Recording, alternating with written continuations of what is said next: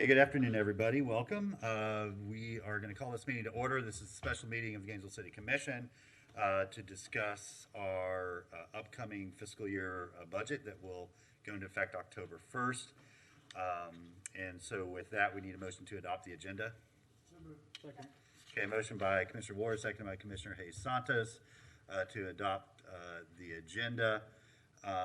This is a special meeting, so there's no agenda modifications. So we'll just go ahead and move to a vote. All in favor say aye. Aye. All opposed, motion passes unanimously.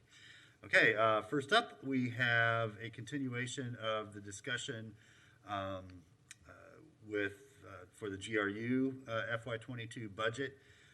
And so I will pass it over to Mr. Bolarski, who I'm sure in short order will pass it over to Ms. Resnick if I know my folk.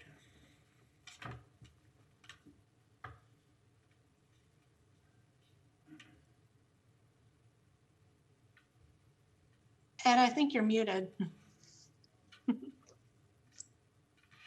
Yeah, probably the most relevant things I've ever said, and I was muted.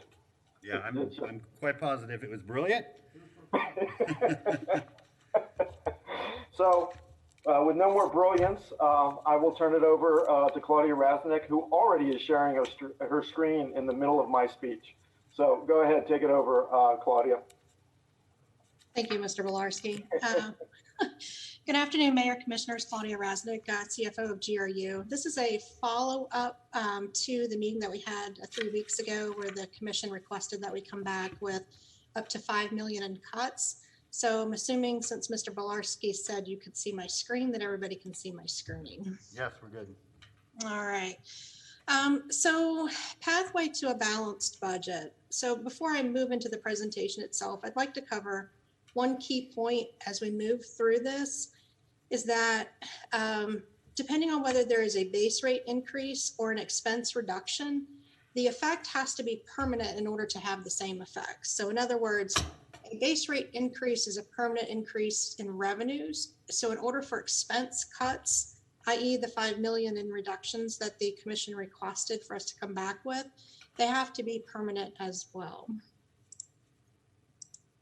So GRU management has determined the need to either increase revenues or decrease expenses by $12.9 million pursuant to City Commission direction to remit a $36 million GFT in fiscal year 2022. GRU can no longer debt finance replenishment of reserves, which are drawn down to pay the GFT. So the shortfall must be covered in rate increases because of low customer growth or expense reductions. So really what that means, if you look at the history of the utility, in 2012, there was a debt restructuring, and in 2019, there was a debt restructuring, which has the effect of reducing expenses in the short term, but it pushes those costs downstream.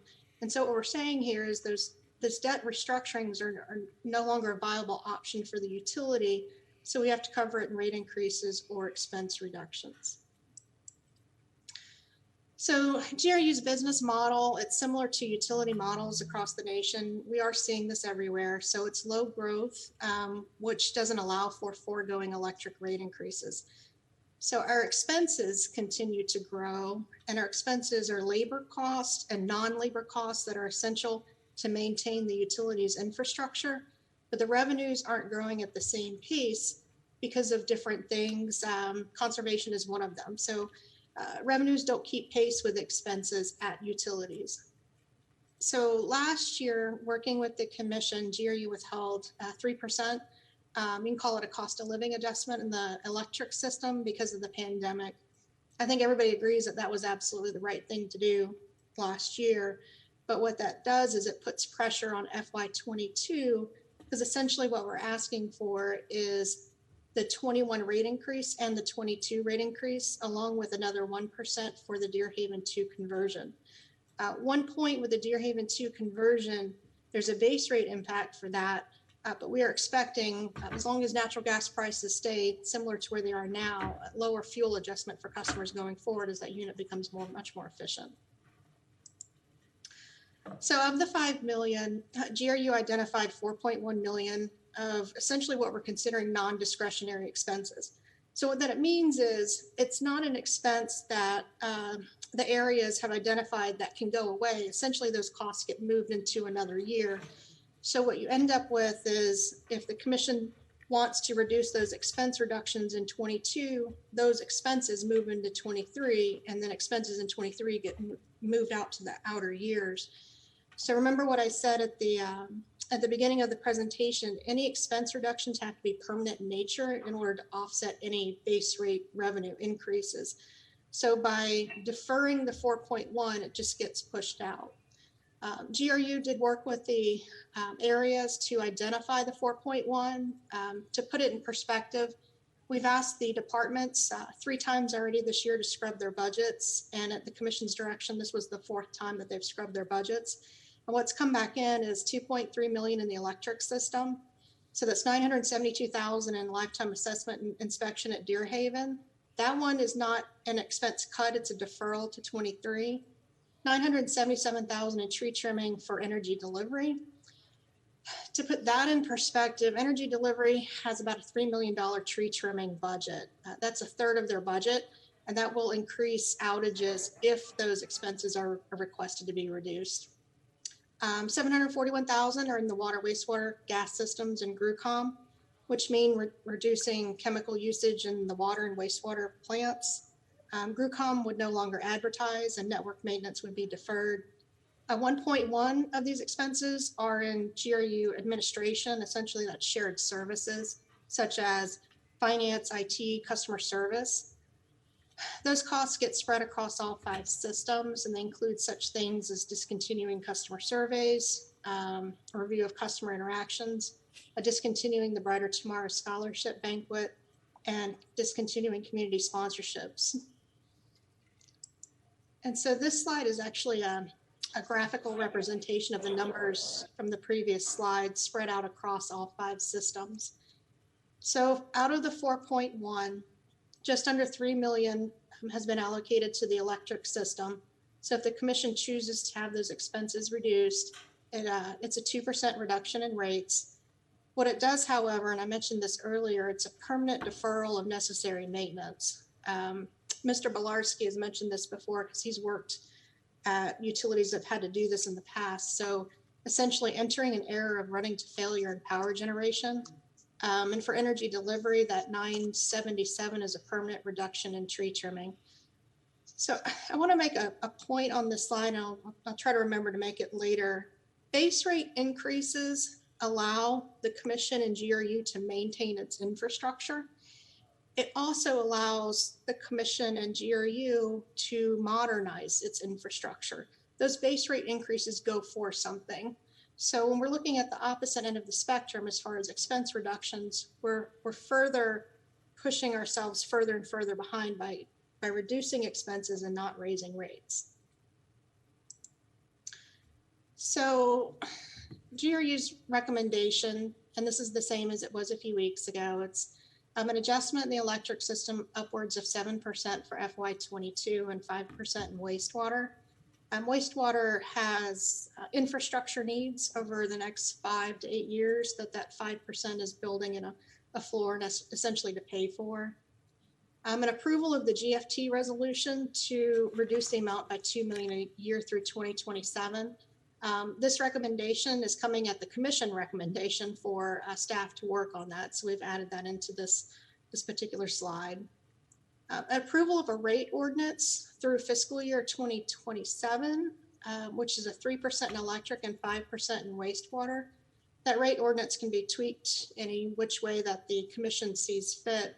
The 3% in electric is essentially perpetual because of the infrastructure needs, because of the debt service, and for debt defeasance should the commission choose to move in that direction. The 5% in wastewater essentially will end towards the back end of this decade once the infrastructure is in place. And one recommendation that's come up during a number of conversations was to explore the use of increased utility tax revenue for utility bill assistance. Whenever there's a base rate increase at the electric system or any of the other systems, there's a utility tax component, and that increase in revenue moves into general government, but it's a corresponding effect. So if there's a 7% base rate increase in the electric system, there's a corresponding utility tax revenue component at general government. So just an exploration of that. So what are the benefits? A long-term decision for the GFT that gets a sustainable utility. It also allows for long-term planning, less acrimonious budget process, and the commission has more normalized rate adjustments. Potential additional revenue in the utility tax for general government use through 2027 can be used to fund assistance for households that need help with utility bills. Fully fund CIS and AMI, no layoffs of employees, predictable increases of 3% in the electric system and 5% in the wastewater through 2027, and then a debt defeasance plan. I'm going to flip to.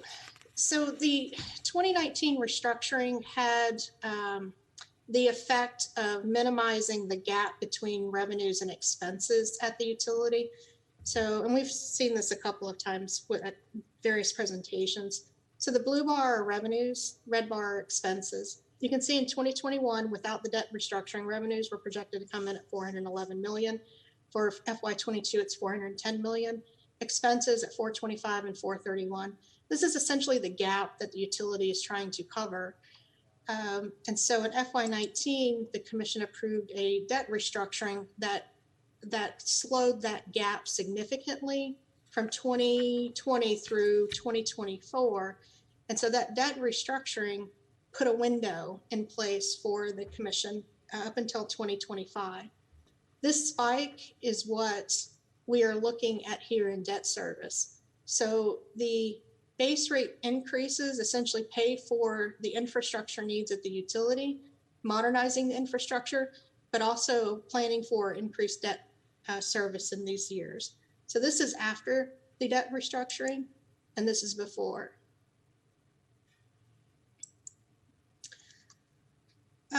This was placed in there, I think, by Mr. Belarski. Wanted to show the effects of where our bills would have been prior to the purchase of the biomass plant.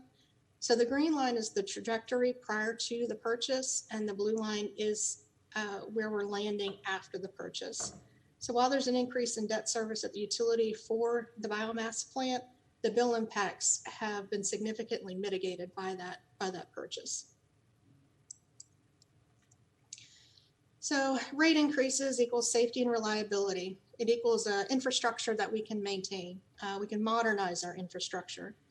Without rate increases, GRU is having difficulty finding the cash to pay for needed expenses. So when we had our presentation a few weeks ago, there were 5 options. Option 5 was the one that GRU recommended. It's still the option that we're recommending, which is layoffs and deleting FTEs of 0 employees, non-labor expense reductions of 2 million, and then a rate increase in the electric system of 7%.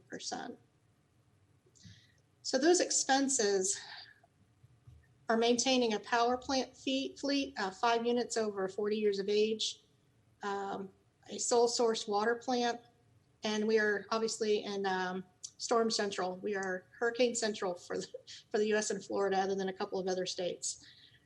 Cuts below the 2 million will result in a less safe, reliable, and ultimately less competitively priced utility. The rate ordinance that I mentioned earlier, these are the rates projections. For the electric system, it was the 7% we've been discussing, 3% going forward, water at 0, wastewater at 5, those are for infrastructure needs, gas at 3, and then 1 in 23 and 0 going forward. This reflects the utilities bill impacts over time, and it's actually quite fascinating. We had a commissioner ask for this during the last meeting, and once the rates group put it together, as you look over time for the average consumption, in 2011, the total bill, if you had all 4 of these services at average use, is $174.16. Move forward to 2015, it's $189.62. The significant bump is in the electric system, and this is after the biomass plant had come online. Fast forward to 2021, purchase of the biomass plant, reduced fuel costs, and we're at 184.26. So over a 10-year period, it's a $10 increase in total bills on average use. For standard consumption, 2011, 230, 2015 is 250, and 2021 is 239. So as you can see, and I'll go back to the average, the electric system bill impact has actually gone down since 2015.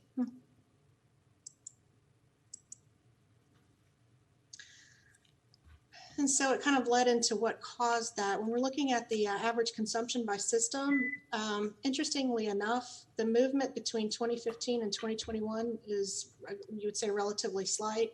2011 looks like an anomaly. Might have been a cold winter that year, but you can see the average consumption by system hasn't changed all that much over the past 10 years. You too, thank you. I'm sorry? Okay.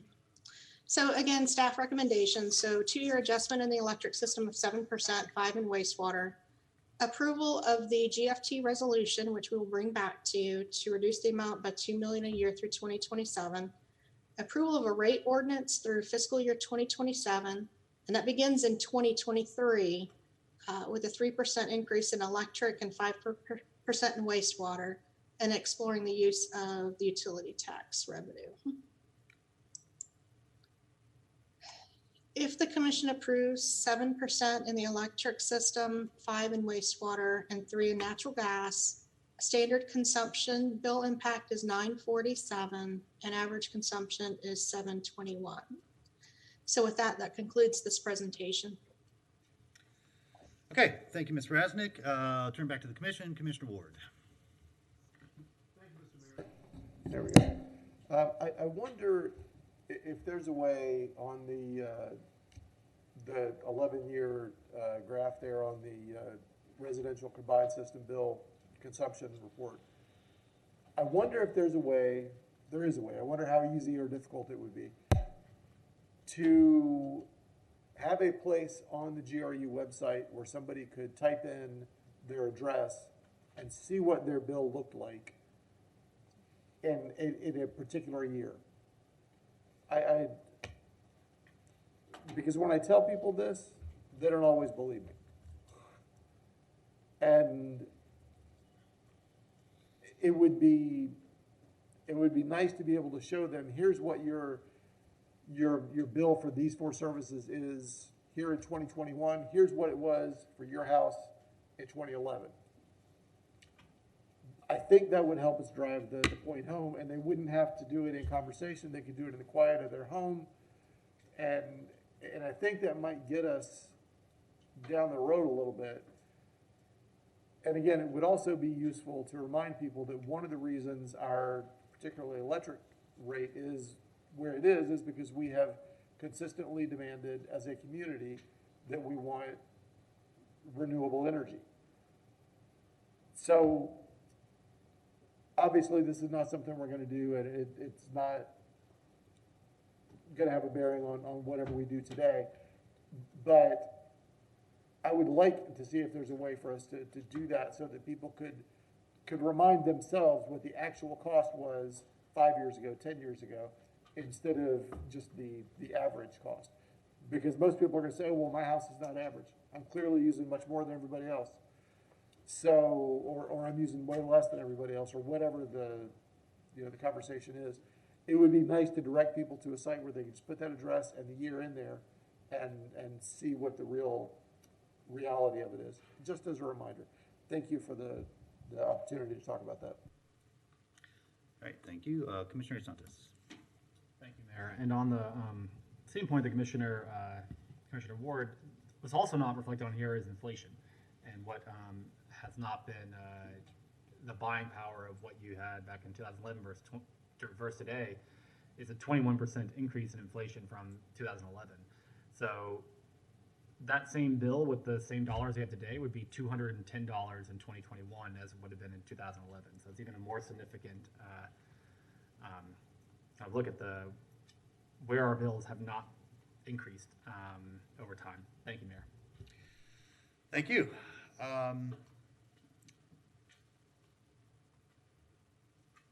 Well, I guess I got a few thoughts. What I would like to do is hear from Mr. Folston and or Ms. Spicer. I want to thank Commissioner Johnson for including their research as part of this backup. I think that was done at your request. And it's great research, and I think it's stuff we've been sort of talking about around the edges for a while. But there's some very specific suggestions and references to other cities and programs out there that I think are good models for us to at least consider as we look at that other part of this. So yeah, Commissioner Johnson, if you want to introduce this, and then we can ask Ms. Spicer to kind of run through that piece of research. What I was thinking is, can we go through all the presentations and then leave that to the end? I think it has an impact on general government budget. Sure. Yeah. Oh, so you mean do the general government presentation next, and Yeah. then? Okay. Yeah. So we'll just that's fine. Any objection to that? Everybody's good. Okay. Okay. So let's then go to our next item. Thank you, Ms. Rasnick. Appreciate the time that everybody on your staff put into this, and we'll come back and have a deeper discussion about how we move forward. But we'll go over to Mr. Feldman and Ms. Ramos and take the general government presentation, and then come back to the kind of question about how we help our lower income neighbors with their utility bills. Mr. Feldman? Thank you, Mr. Mayor, members of the commission. Our budget and finance team will walk through a presentation, but I do want to point out one initial inconsistency between our presentation and the one that you just heard. While our budget presentation will show you that we deal with a $2 million GFT reduction in fiscal year 22, we have not carried that forward with another additional $2 million into fiscal year 23 at this point. The commission's direction was that they'd like to see a decrease in the GFT over time, but we didn't factor in $2 million a year. So it doesn't go from 2 million to 4 million to 6 million over a period of time. So when you see our presentation, please keep that in mind. And with that, I'll turn this over to Ms. Ramos and Ms. Fiore to walk you through where we are. We've just gotten some numbers, preliminary numbers on our property tax values, and still waiting for a whole slew of other numbers from the state. But right now, we're getting into the grind on the budget. So Ms. Ramos, Ms. Fiore, it's all yours. Thank you. Are you able to hear me? Yes. Great. Good afternoon, Karen Fiore, Budget Manager. So Cynthia is going to actually be moving the slides for me. So forgive me if I say next a couple times here. So next. So we would like to review the status of the general fund baseline, increment request, and decrement analysis. Next. So the general fund baseline. When we met last, we were waiting for our June 1st numbers, like Mr. Feldman just mentioned, and we actually did receive them. So they came in at $8 billion, which is a 5.3% increase over the 2020 final valuation. This was an additional a little over $2 million to the general fund compared to the fiscal year 21 adopted budget. And we're waiting for the final taxable assessed values that will come in for July 1st. So this additional revenue has now brought the fiscal year 22 proposed budget to a surplus of $1.2 million, and the surplus for fiscal year 23 at $735,000. It's important to note that there's no increment or decrements included in those numbers. You can go next, it's fine.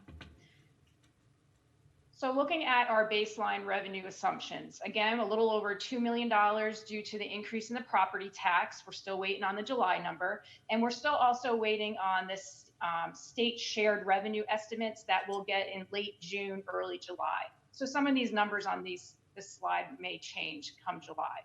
But currently, we have a $120,000 reduction in local option gas tax compared to the fiscal year 21 adopted budget. We have an increase of $2.3 million for the utility taxes, a reduction of $121,000 in communication service tax, an increase of $1 million for the fire assessment. So this would be a $12 a year increase per factor fire protection unit. This would go from $133 to $145. An increase of $92,000 in state revenue sharing, an increase of $41,000 in half-cent sales tax, a $2.1 million increase for fees for services. This is mostly driven by your indirect cost allocations, as well as the new rental housing program, and then a $2 million reduction in the general fund transfer. Next. Looking at the general fund revenues by major revenue category, you can see overall we have an increase over the 21 adopted budget by 2.7%. The 5.3% increase over the property taxes, like we mentioned earlier. The other taxes, increase of 1.8%. So in this category, you'll find your utility taxes, your communication service taxes, and your business tax. We have an increase of 18% for license and permits. Here you'll find your fire assessment and your right-of-way permit fees. We have an increase of 10% in intergovernmental. This category includes your state revenue sharing and your half-cent sales tax. We have an increase of 10%, a little over 10% for charges for services. As mentioned earlier, here we have the indirect services as well as the new rental housing program. But you also find your revenues from recreation, your Ironwood, all of your park and sports recreations here, as well as you have your SRO contract listed in this category. Fines and forfeitures, we have a 10% decrease in this category compared to 21's adopted budget, and this is mostly coming from the decline in revenue for parking fines. Miscellaneous revenue, a decrease of about 3%. In this category, you'll find miscellaneous rental income as well as your interest on investment. Transfers in, a reduction of 57%. Any given year, your transfers in and out through the budget cycle, they vary year to year. So it depends on if other funds are contributing to general fund projects or programs, and we had a reduction here, but that fluctuates year to year. And then we talked about the $2 million reduction for the general fund transfer. So again, a total increase over 21's adopted budget for the revenues at 2.7%.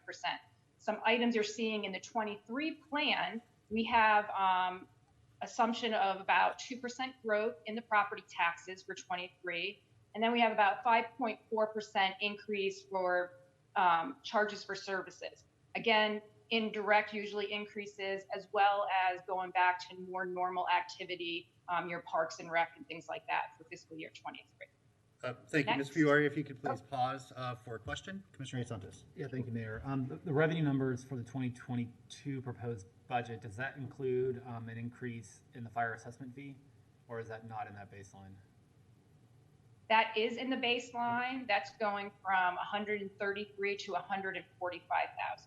Okay, and then $145. I'm sorry. And then for 2023, there is no increase in that for fire assessment?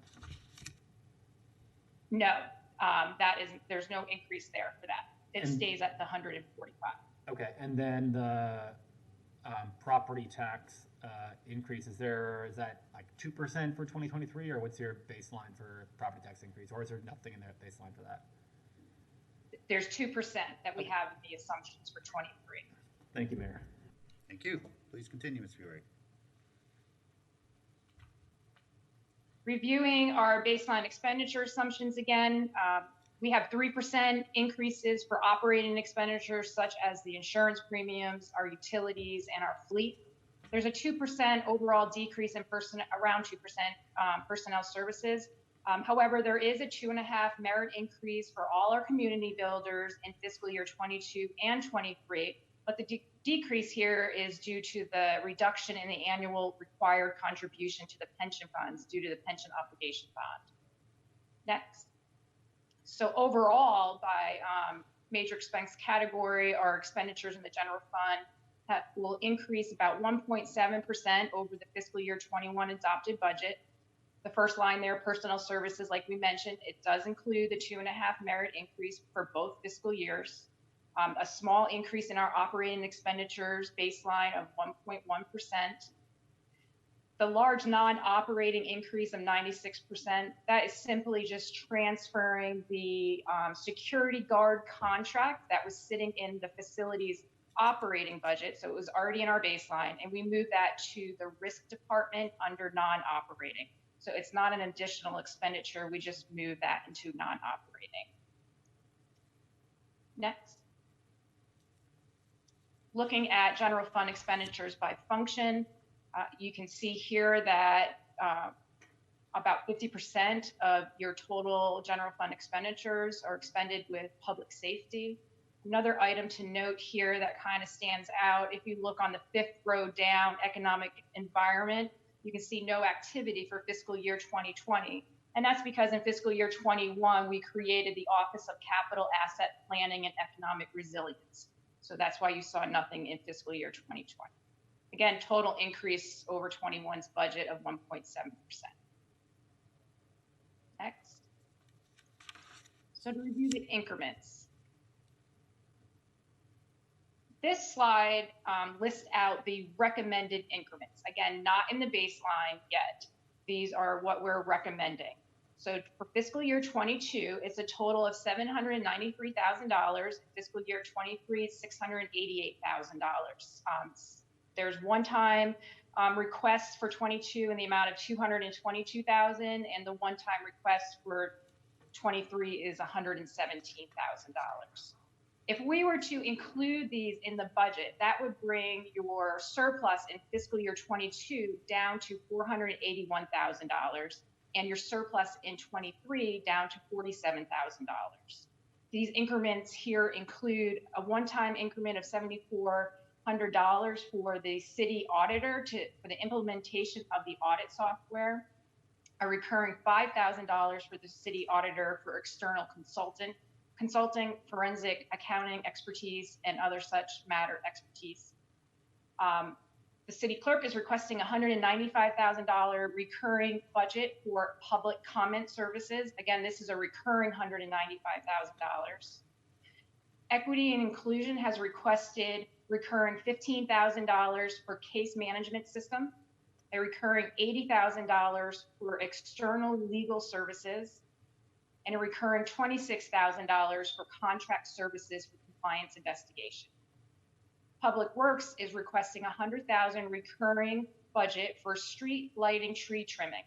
So this tree trimming is not an allowable expenditure through our tree mitigation fund. So that is why you're seeing it as a request under the general fund.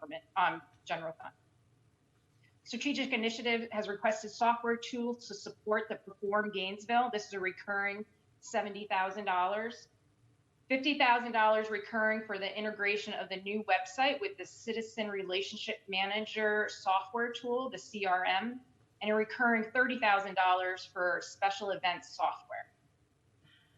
The following 4 increments on this slide through technology and innovation will provide funding for GPD IT needs. These are one-time requests. The first one, $12,000 one-time request for fiscal year 22 for the DLT tape system. A one-time request of $22,000 in fiscal year 23 for the FDLE logging server. And a one-time request for $35,000 for the GPD server OS software upgrade. And a $95,000 one-time request in 23 for GPD's network switches upgrade. The last increment on this slide is for one-time $167,000 to replace around 148 laptops for general government. Next. The next 4 slides list out additional increment requests by department. Budget and Finance has requested a count in 2 to work on grants. They're requesting this to be a split funded position with RTS. So the operating and personnel and benefits recurring costs would be about $30,000, and the one-time startup would be about $1,000. They're also requesting a treasury manager. This will be a recurring benefits and salary of $98,000 and one-time startup fees of $2,000. The next 14 increments listed on this slide are the requests from the fire department.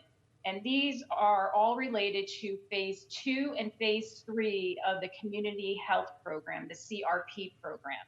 So you have listed here one-time and recurring expenditures. In fiscal year 22, the total request is 1.3 million, and in fiscal year 23, the total request is 2.2 million.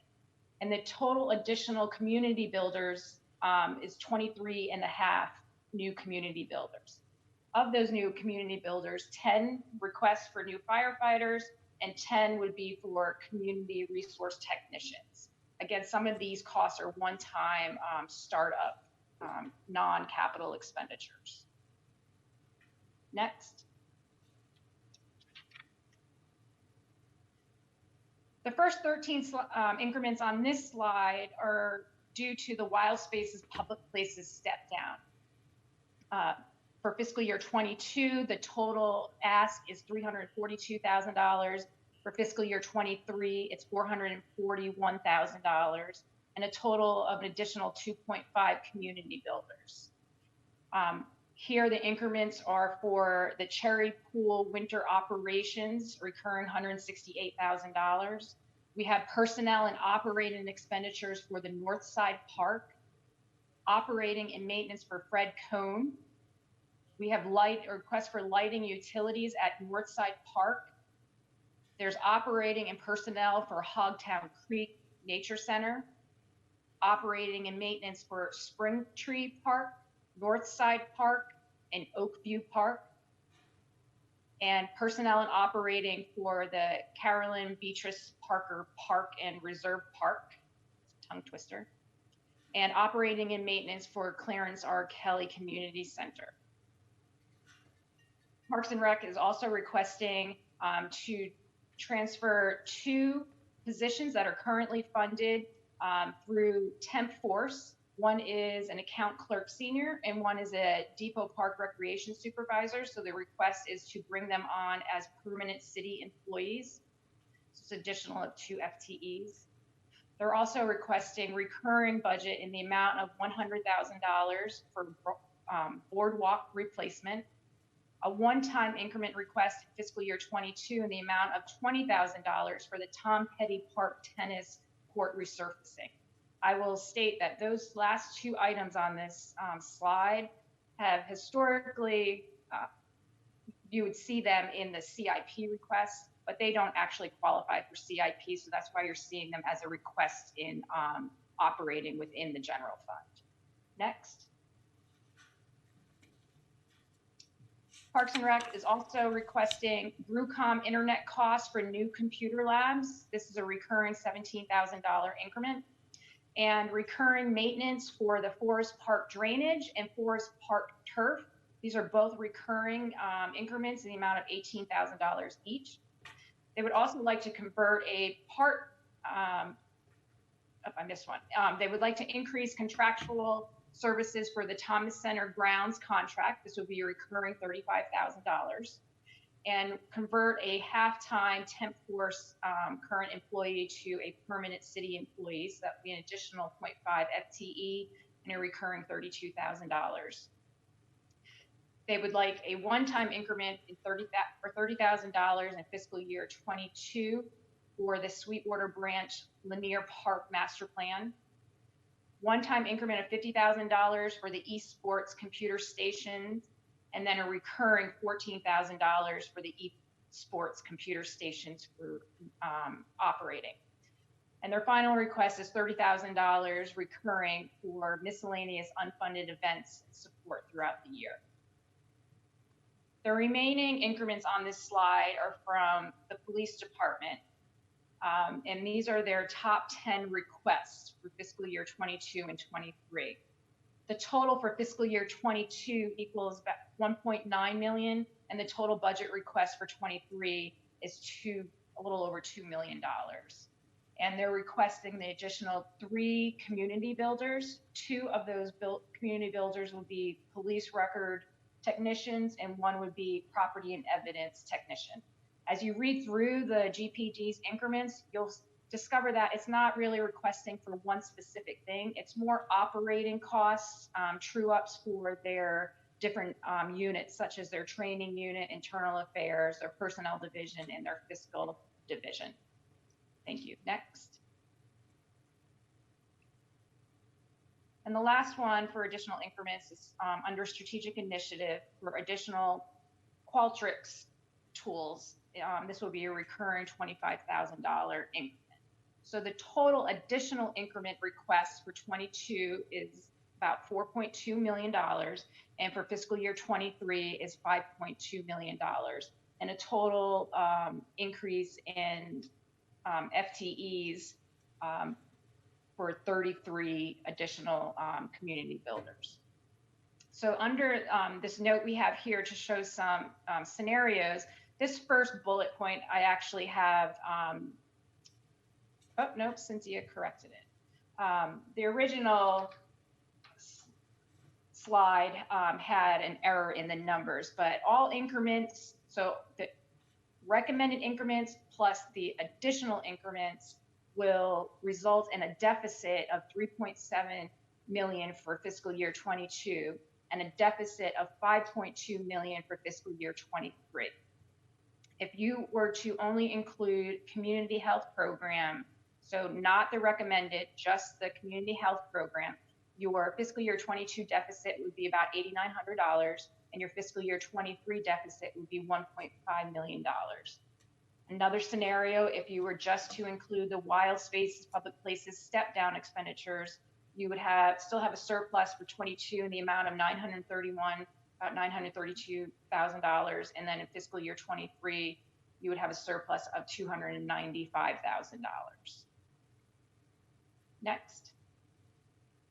Karen, if I can just point out too, before you go into the decrement analysis, right now, I don't believe we have GRU's recommended 7% increase in electric and 5% increase in wastewater fees calculated in our budget, but we would have to pay those as a customer as well. So that's, we'll have to factor those in if that's the direction that the commission goes. Either Mr. Feldman or Ms. Fiore, did you factor in, does it include the increased revenue from utility tax? Not at the, it includes an increase, but I don't think it includes an increase based upon 7%. Okay. That's correct.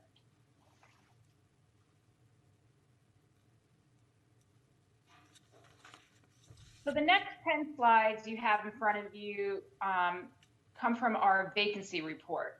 So it's important to note that when we pull a vacancy report, it's based on that exact time that we pull it. So we're constantly, those positions are being filled, some positions are vacated, so it's a moving target. But we pulled the report a few weeks ago, and then we asked the departments to provide us with what would the operational impacts be if these positions were not filled. So you can see the impact to the operations, what they responded to. We've also included what the budget amount for fiscal year 22 for these positions would be, not only salary, but benefits as well.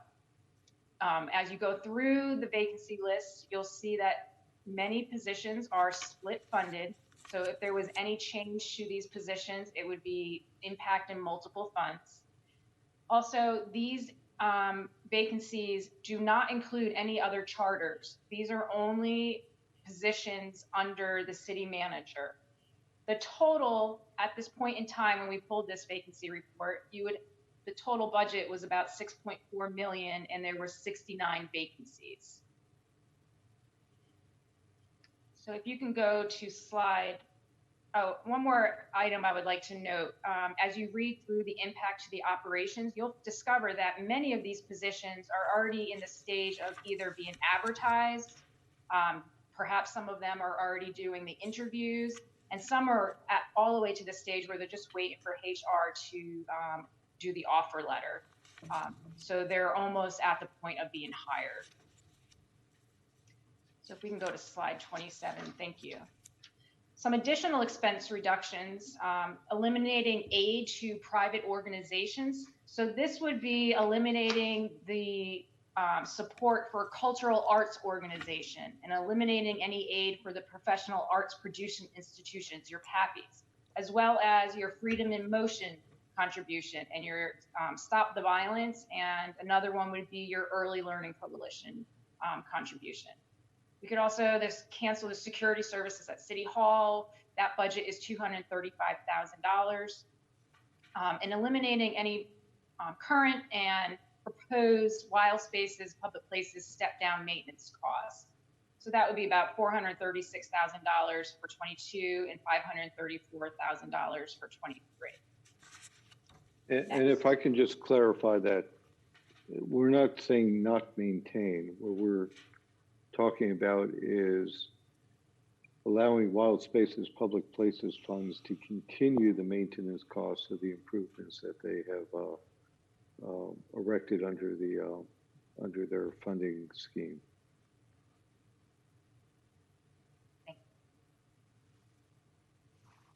So this slide provides you what a millage rate increase scenario would look like. So we received the property tax, and the 5.3% is built into the baseline due to, as a result of the June 1st numbers. And here we're showing you our current millage rate of 5.2974 and what it would look like for 5.3 all the way up to 5.8. So you can see if we increase the millage based on the $8 billion taxable excess value at 96% collection, 0.0026 would bring in about $20,000. And if we go all the way up to 0.5026 increase, that would generate an additional $3.8 million.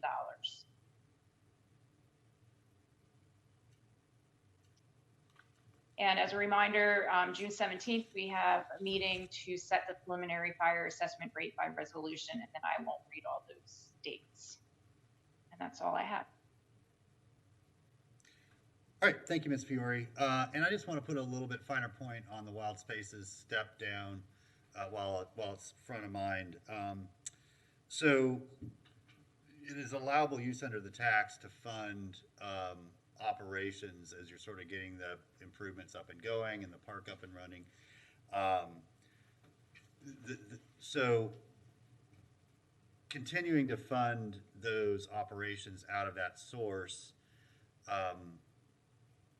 doesn't put as much pressure on the Parks and Recreation budget.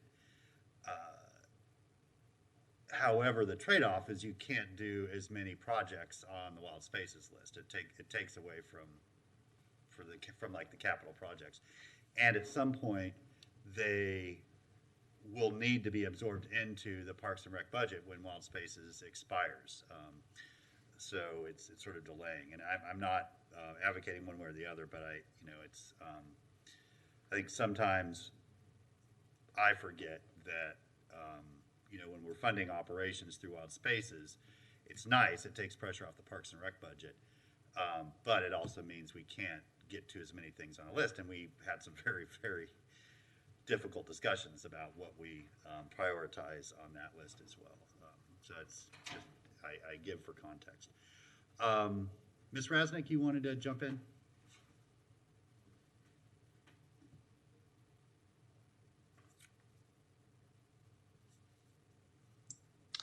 I apologize. So just a point of clarification, GRU included the $2 million reduction in the general fund transfer based upon a resolution from the City Commission on May 12th. So there are three parts to that resolution. One was for general government and GRU to come back with $5 million in expense reductions. The second piece was a continuing resolution for a reduction in the general fund transfer by $2 million a year. GRU in our presentation started that in 2023 and ended it in 2027 without any other direction from the commission as far as a beginning or an end.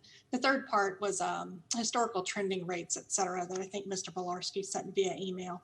I just wanted to clarify why there is a difference between the two presentations with FY23 in relation to the general fund transfer amount. Thank you, Mr. Mayor. Mr. Feldman, I think that's what you addressed at the beginning, but that's not included in 23, correct?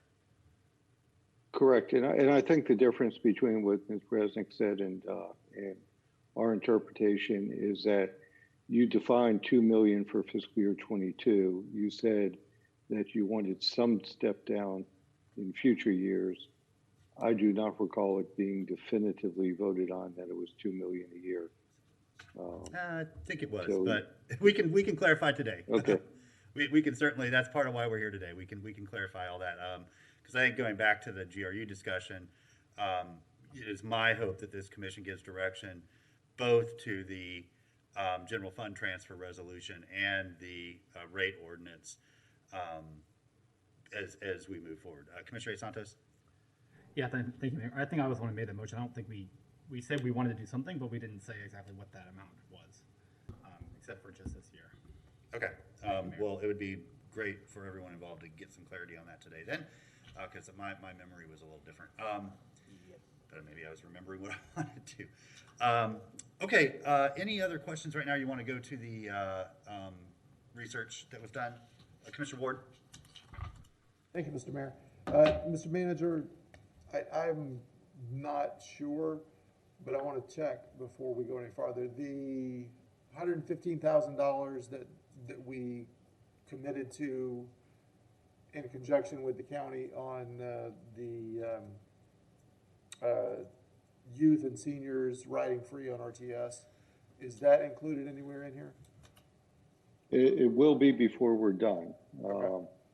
On there, we're still looking at how we're going to accomplish that, whether we're going to need to make a general fund transfer to RTS or whether there can be just a reduction in revenue from RTS. We still working through that issue. Great, thank you. Mr. Sacco? Thank you, Mr. Feldman, if I could get you back. Is there a reason that phase 2 and phase 3 of the CRP program have to happen back to back? They do not have to happen back to back on there. Originally, when we talked last year, our goal was to try to do phase 1, 2, and 3 all sequentially year to year. Actually, there were 4 phases, and we combined phase 3 and 4 together. So we can stretch it out as we go along. At this point, I'm just trying to identify if we'll have sufficient funds to get to phase 2. Okay. I think phase 2, if we implement, let me see if I read that right. If we implement all of it, we're short by $8,000. Well, or phase 2? you really have to look at it as an ongoing cost. Yeah, but that's just implementing the community paramedicine program and no other increments that I'm currently looking at funding. That was that first slide. Okay. So do you happen to know why we need 300,000 or why we need 5 full-time firefighters for that program? Or is it just a stand-in for any of the paramedics that we use? Well, I'd let the fire chief, comment on the specifics of that. But again, their goal is to get paramedics out into the community, both sworn and then non-sworn equivalents. But ultimately, the goal is to do it through a sworn paramedic delivery. So, Chief, you want to comment more on that? Yes, sir. Good afternoon, Mr. Mayor, Commissioners, Mr. Feldman. When I came as the fire chief and, they went over the program with me, what we do now is we use paramedics that are from our sworn staff to actually supplement the CRP program. We're looking at having, and whether we have a dual certified or paramedics that are more closely associated with providing the services out in the community. So that's when we look at expanding and meeting the needs of our neighbors every day. That's what that plan was as we expanded it. Thank you, Chief Dixon. And that's why you're asking for those 5. Those are the same as if it had been, I guess, a firefighter. I guess, let me rephrase this. We're using firefighter and paramedic interchangeably here? Yes, I believe that's what you're asking. Yes, ma'am. Okay, so I was confused about that. Okay, thank you, Chief. And Mr. Feldman, could you also explain to me, or I think I saw Chief Pierce somewhere around there, what the recurring $860,000 for GPD is? Well, I'll put it to you in this way, Commissioner. We had a long-standing practice of paying for operational costs out of salary savings. Mm-hmm. And that is a practice that is not sustainable. And so I've asked them to prepare a budget that is not based upon salary savings for recurring operational recurring operational needs. So do we know what that covers though? Or like what falls in that category? I mean, we've got detail on it, and I'm not.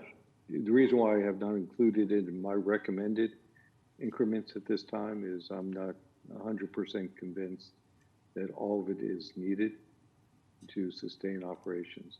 So, and that's an important distinction. So I've made some preliminary recommendations in terms of what will be in my proposed budget to you as funded increments. That was that first slide that Ms. Fiore went over. The rest of it is all stuff that is still up in the air and things that I recognize needs for, but I've not identified the specific funding yet to support it. Okay. Thank you, Mr. Feldman. Okay, I'm good for now. Thank you, Mr. Mayor. Thank you. One more question before we get to the research on how we help impacted neighbors with utility bills.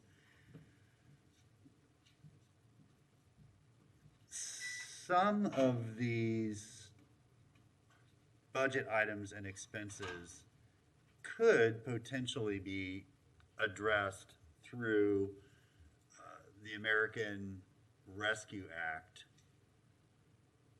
depending on what the commission decides to do with that money. Which is all fine. I mean, if we decide to spend a certain amount of that money on things that are already on the budget, especially one-time increments. What I'm not quite getting my mind wrapped around is timing of when we need to adopt a tentative millage rate and send out the trim notice. So in about do we have a week left? 2 weeks before we get our requests in? 1 week? Next Monday, right? We'll have all the commission prioritizations into the Office of Equity and Inclusion. They will then do an analysis and sort of rate them good, better, best, and give us suggestions on how to improve them. Those will then come back to the commission after break, correct? And then we'll have a couple weeks before we have to adopt our tentative millage.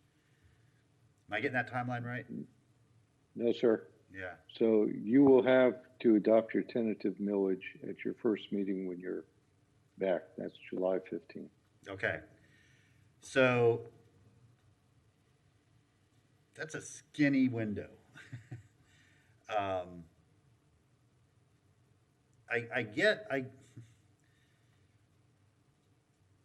I guess the math problem's just going to be difficult for for Ms. Rasnick and Ms. Ramos and their staffs, because we know the amount, but we don't know whether it's going to be focused on existing budget items, whether they're new or recurring, one time or recurring, or whether they're completely new, like they're not something that we're doing at all right now. In which case it wouldn't impact the budget at all unless it's a brand new thing that's going to be recurring moving forward. So help me through that. I'm just, Well, my head hurts just talking about it. so Mayor, my head hurts about it too, because one of my concerns is all these requests are going over to the Office of Equity and Inclusion.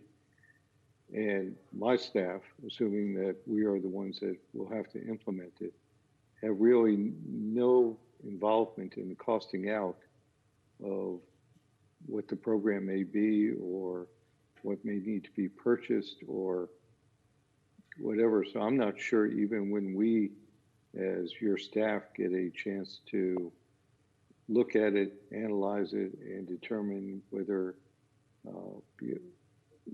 the number is the right number to be included in the budget or not. Well, yeah, maybe. I can see that being a challenge.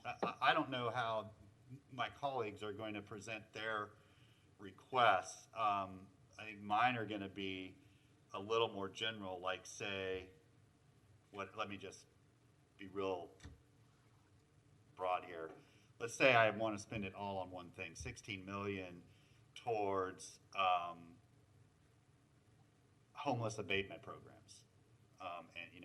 and eviction abatement and rental assistance, that type of thing. So then it really doesn't matter how much each of those costs. There's a pot of money there that will go towards that thing. Whatever administrative overhead is associated with executing that, what's left will be what's available for neighbors to directly help people, right? So Right.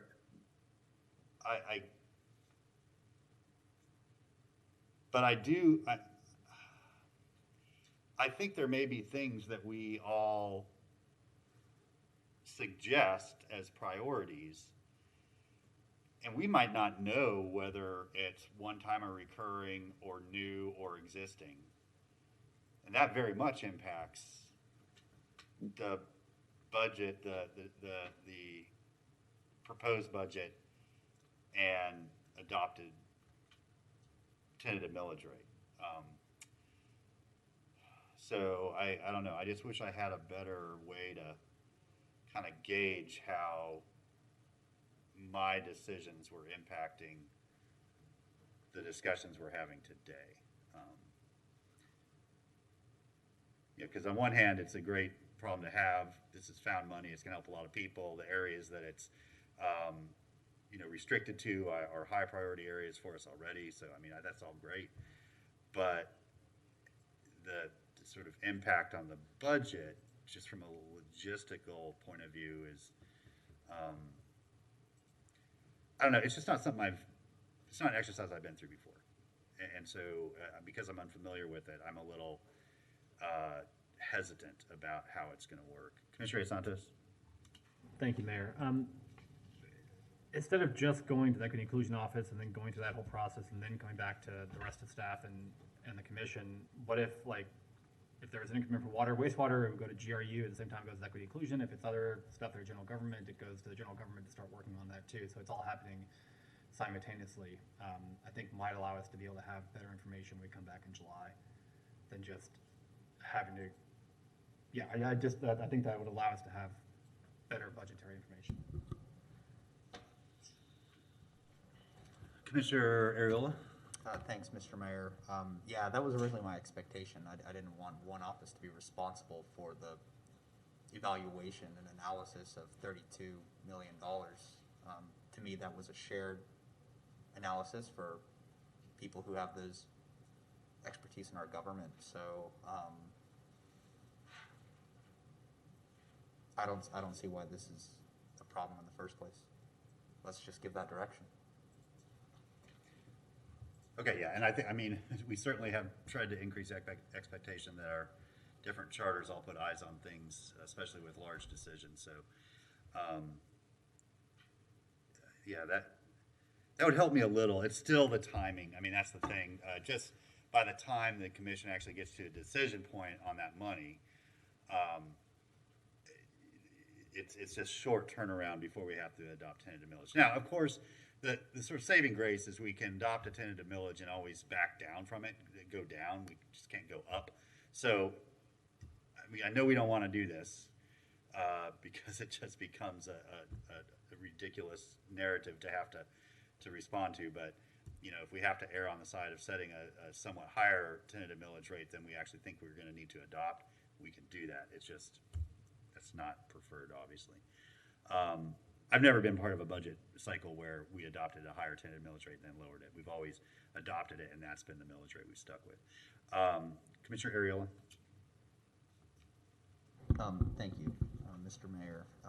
Yeah, I mean, it's just, I agree with you.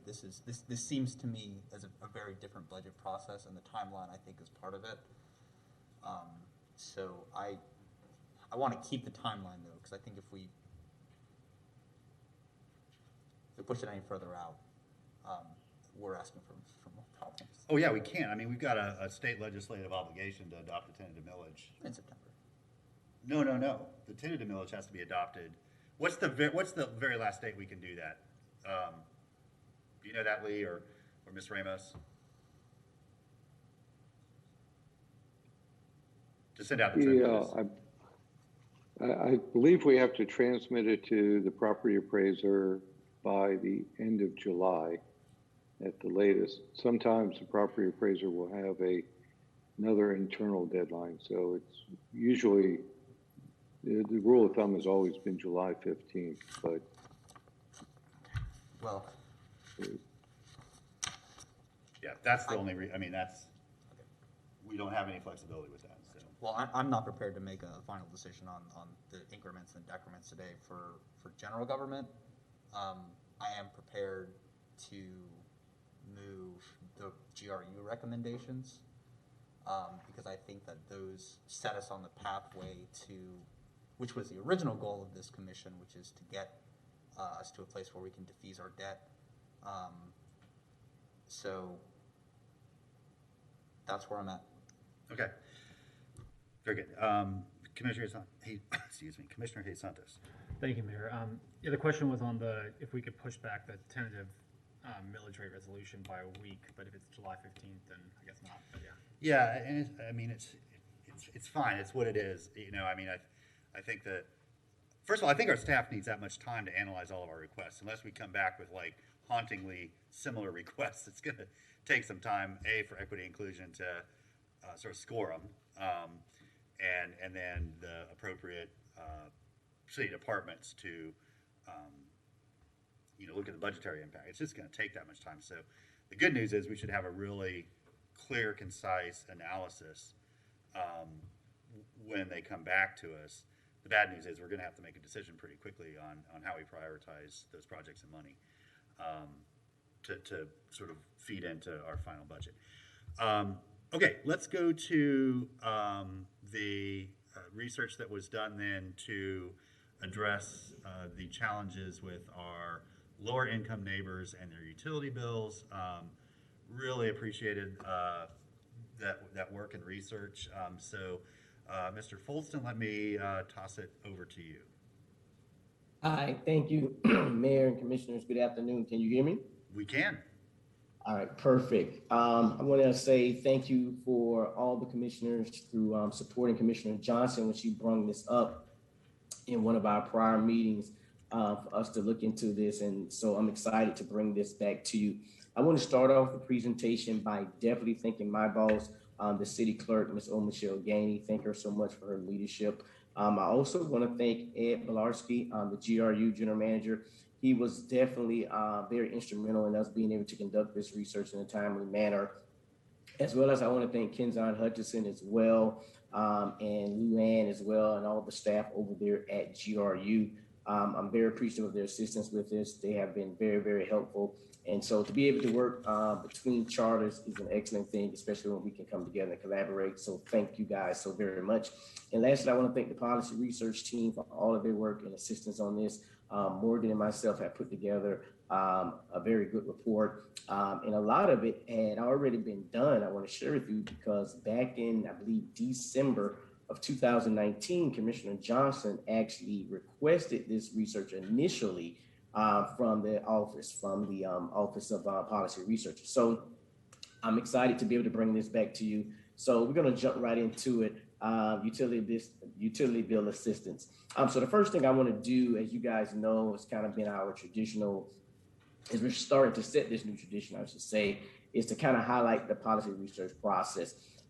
Phase one, we got the research idea back in December of 2019, as I said, from Commissioner Johnson. And then she mentioned it recently during a conversation that the board was having around providing some type of utility assistance program to our low-income neighbors as we were looking at possibly raising rates. And so the commission supported that. We took that back and moved it now to phase two.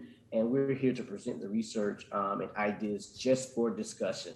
Nothing in here is per se a recommendation as much as it is things for you to consider, things to put on the table as you guys have a discussion around the topic of different, unique, and creative ways that we can provide some type of utility assistance to our low-income neighbors. So this item has been further refined for this process for GPC. And should you guys wish to proceed, it will move to the appropriate charter officer, and it'll move to the next phase in our policy research process. So today, these are some of the things we're going to be talking about as it pertains to utility bill assistance. Next slide. Existing GRU programs, existing federal and statewide programs, funding and administration of assistant programs, and municipal examples like the Lift Up St. Petersburg, Florida, the weatherization programs in Knoxville, Tennessee, and discount programs located in Seattle, Washington, Austin, Texas, and Columbus, Ohio. Next slide, please. All right, perfect. Thank you so much. So here's an overview of existing GRU. So currently, Gainesville Regional Utilities has several programs that are designed to assist residents who have difficulty paying their utility bills. GRU has an automatic extension program which provides residential customers with an automatic 7-day grace period to pay their bill, plus an additional 7-day extension, which is provided automatically with no need to call customer service to receive the extension. GRU also has a project share, which is a payment assistance program where voluntary donations from GRU customers and employees go to assist the elderly and handicapped in paying their utility bills. Funds are collected by GRU and are distributed by community outreach agencies to help pay for emergency utility costs. Also, should a customer whose balance was referred to for collections needs to reapply for service, GRU will work with the customer to make arrangements for payment of the old balance. Currently, GRU has 561 active arrangements for repayment of approximately $326,000 in prior debt. The GRU Low Income Energy Efficient Program Plus is a program which assists low-income customers with home improvements that can help lower their electric bill, improve comfort, and reduce energy use. Eligible participants work with GRU to determine the improvements which best suit their home, potentially including the replacement of central air or heating systems, replacing air conditioners with high efficiency units, repairing leaky ducts, installing additional insulation, or installing a programmable thermostat. In order to be eligible for the program, individuals must be a GRU customer of at least 1 year. Homes must be 20 years or older, and customers must show proof that they meet HUD low-income guidelines. There are also several energy audit options provided by GRU so that residents are able to maximize their own energy efficiency, including the Home Energy Advisor tool, where participants are able to answer questions about their home and daily activities for comprehensive analysis of their energy use, which can additionally be used to identify possible savings. Finally, GRU offers personal hardship extensions and extended hand installment payments for customers who are experiencing an unexpected hardship. For example, unexpected high bill, health issue, or loss of employment, etc., where they take a portion of the bill and rebill it in monthly installments to assist the customers in paying the debt. Additionally, GRU advertises several community agencies who offer utility payment assistance, notably organizations like third-party organizations, nonprofit organizations such as Catholic Charities, Community Action Agency, Florida Coalition for the Homeless, Gainesville Community Ministry, and Salvation Army. And then finally, again, when the pandemic hit and customers began to lose employment as businesses shut down, GRU stopped all late fees and disconnections on March 16, 2020. Late fees and disconnections began again at the end of July. However, disconnections were paused until the end of August to allow customers to adjust to the change. During the month of July, GRU took the past due balance for each account as it became due and set up a 6-month installment plan for each customer. GRU created 7,573 installment plans during this period, with customers being able to ask for additional installments if needed. You can go to the next slide. So here on this next slide, you'll see a chart. So for the year of 2020, the number of accounts referred to our collection agency were equivalent to 0.3% of the existing accounts for that period. Accounts are referred for collections if they are closed and have remained unpaid for at least 56 days after the account closed. Active accounts are not sent to collections. Again, active accounts are not sent to collections, nor is the payment history reported to any collection agency / credit bureau. The total number of accounts referred to the collection agency compared to the number of total numbers of existing accounts by month are shown in the table you see. GRU utility bills are traditionally due 21 days from the date of issuance. So if not paid, a 1.5% late fee is added to the account and the customer is sent a late note. Customers then have an automatic 14-day extension before service may be disconnected for non-payment. The date on which service may be interrupted is shown in the late notice sent. So customers know the earliest date that services may be disconnected. GRU requires that customers pay the past due amount or make an agreement for payment before service is restored. Accounts are referred for collections if they are closed and have, Accounts are referred for collections if they are closed and have remained unpaid for at least 56 days after the account has been closed. Again, active accounts are not sent to collections, nor is the payment history reported to any collection agency or credit bureau. Let's look now, next slide, at federal and state. So federal and statewide programs. Next, we talk about some existing ones that can assist in utility bill payments. So for example, the Home Energy Assistance Program is a federally funded program created to help low-income individuals with their heating and medically necessary cooling bills. Assistance is provided through the Low-Income Home Energy Assistance Program and includes benefits to assist with heating bills, repairs, and certain energy needs. To be eligible, households must be responsible for utility payments and must have a gross income that falls at or below 200% of the federal poverty level. Individuals apply for assistance through an applicant agency. The Weatherization Assistance Program is another one that annually provides grants to community action agencies, local governments, and nonprofits to provide specific program services for low-income families of Florida. The program is funded by the Department of Energy and the Department of Health and Human Services. Individuals apply for assistance through their local weatherization office, and the program can be used to install attic and floor insulation or ventilation, applying solar reflective coating to manufactured homes, installing solar screens, and repairing or replacing inefficient heating and cooling units. To be eligible for the program, the total household income cannot be more than 200% above the federal poverty level. Another example of a state program is the Elderly Home Energy Assistance Program, which is run by the Florida Department of Elder Affairs and assists low-income households with at least one person who is 60 years or older when the households are experiencing a home energy emergency and are unable to pay their utility bills. Eligible households can receive one benefit per season, And the program can also be used to help pay for repairs to existing heating or cooling equipment. Additionally, the gross household annual income must be equal to or less than 150% of the federal poverty guidelines. Next slide, please. Next, yeah, right. Thank you so much. So there are additional options to be explored.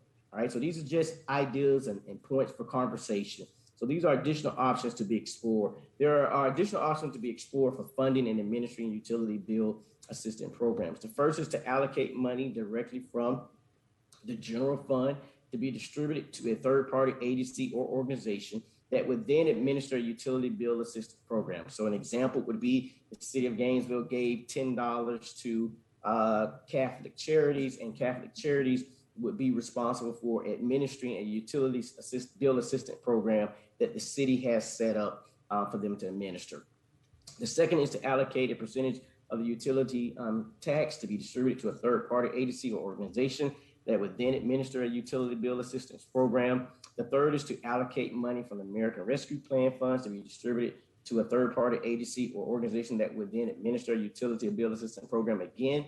And if those strategies are taken, the city would need to develop a policy for the program that would outline the criteria that applicants must meet to receive assistance, in addition to the criteria that the third-party organization administering the funds would have to meet. Also, keep in mind that further analysis needs to be done by the appropriate charter or charters to examine the appropriateness of the use of those funds in those particular areas. Next slide, please. So we're going to talk about examples across the country. So here are the examples of municipal programs we would discuss.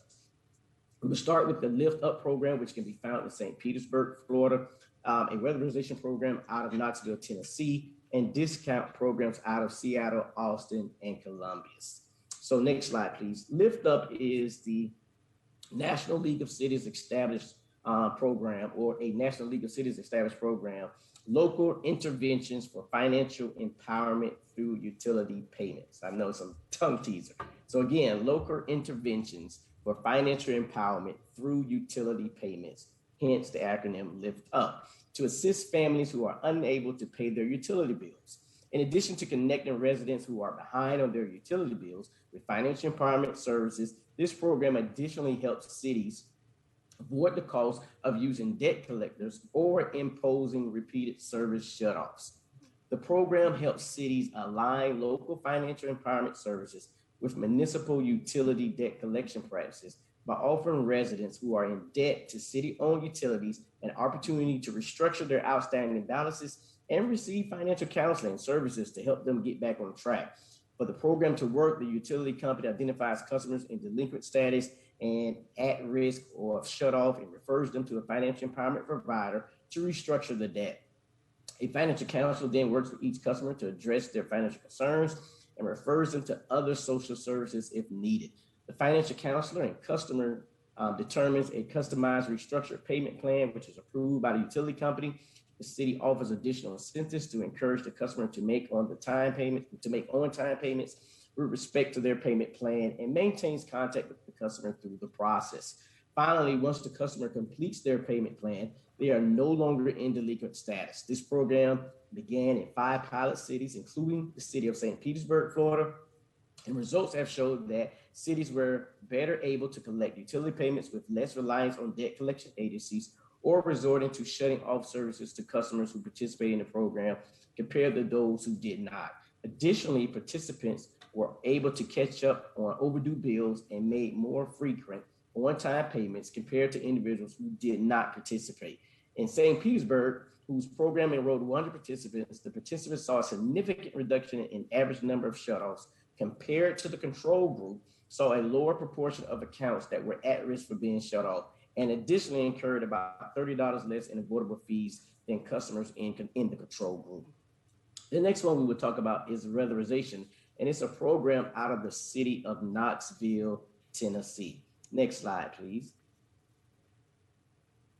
Thank you. The city of Knoxville, Tennessee partnered with several organizations to assist over 1,500 low-income households from 2016 to 2018 and becoming more energy efficient. The city partnered with the Knoxville Utilities Board, the Tennessee Valley Authority, the Knox County Community Action Committee, and the Alliance to Save Energy. The city, funded by a grant of approximately $15 million from the Tennessee Valley Authority, brought these partners together to help low-income households struggling with utilities costs due to inefficient homes. In addition to refurbishing homes with better heating and air units and insulation, the program also helped to educate participants so that they were equipped with knowledge on how to maximize savings with a more efficient home. These programs included informing residents on the most efficient temperatures to set heating or air conditioning systems and sharing information about the most efficient ways to save water when showering or running the washing machine. In total, the energy efficiency programs are expected to save more than 6 million kilowatts annually, which is an environmental benefit equal to removing nearly 1,000 cars from the road each year. Additionally, participants in the program report having saved around $500 annually on their utility bills. The city credits the success of the program to the successful partnership and collaboration with other organizations, but also believes that substantial research before starting the program is key. For instance, the city of Knoxville started by researching where the oldest homes in the city were located and were they overlaid with the high utility usage areas, low income areas, and the areas with people of color. The city ultimately found that most inefficient homes were also the homes most likely to be inhabited by low income individuals, and this program thus additionally helped assist low income residents with their utility costs. The next example I want to go to, next slide, please, is discount programs. So some cities have additionally offered discount programs on utility bills to residents who meet certain criteria or qualifications. So Seattle, Washington, for example, the city offers a discount program if your household income is at or below 70% of the state's median income. If you are eligible, the city there offers a discount of 60% on the Seattle city light bill, and a 50% discount on your Seattle public utilities bill.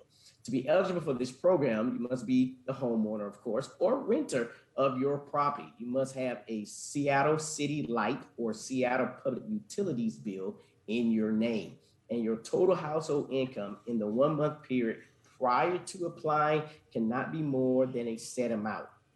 Another example is the city of Austin, Texas. They offer a customer assistance program called CAP discounts program, which offers a utility bill discount to customers on low or fixed incomes who participate in certain assistance programs.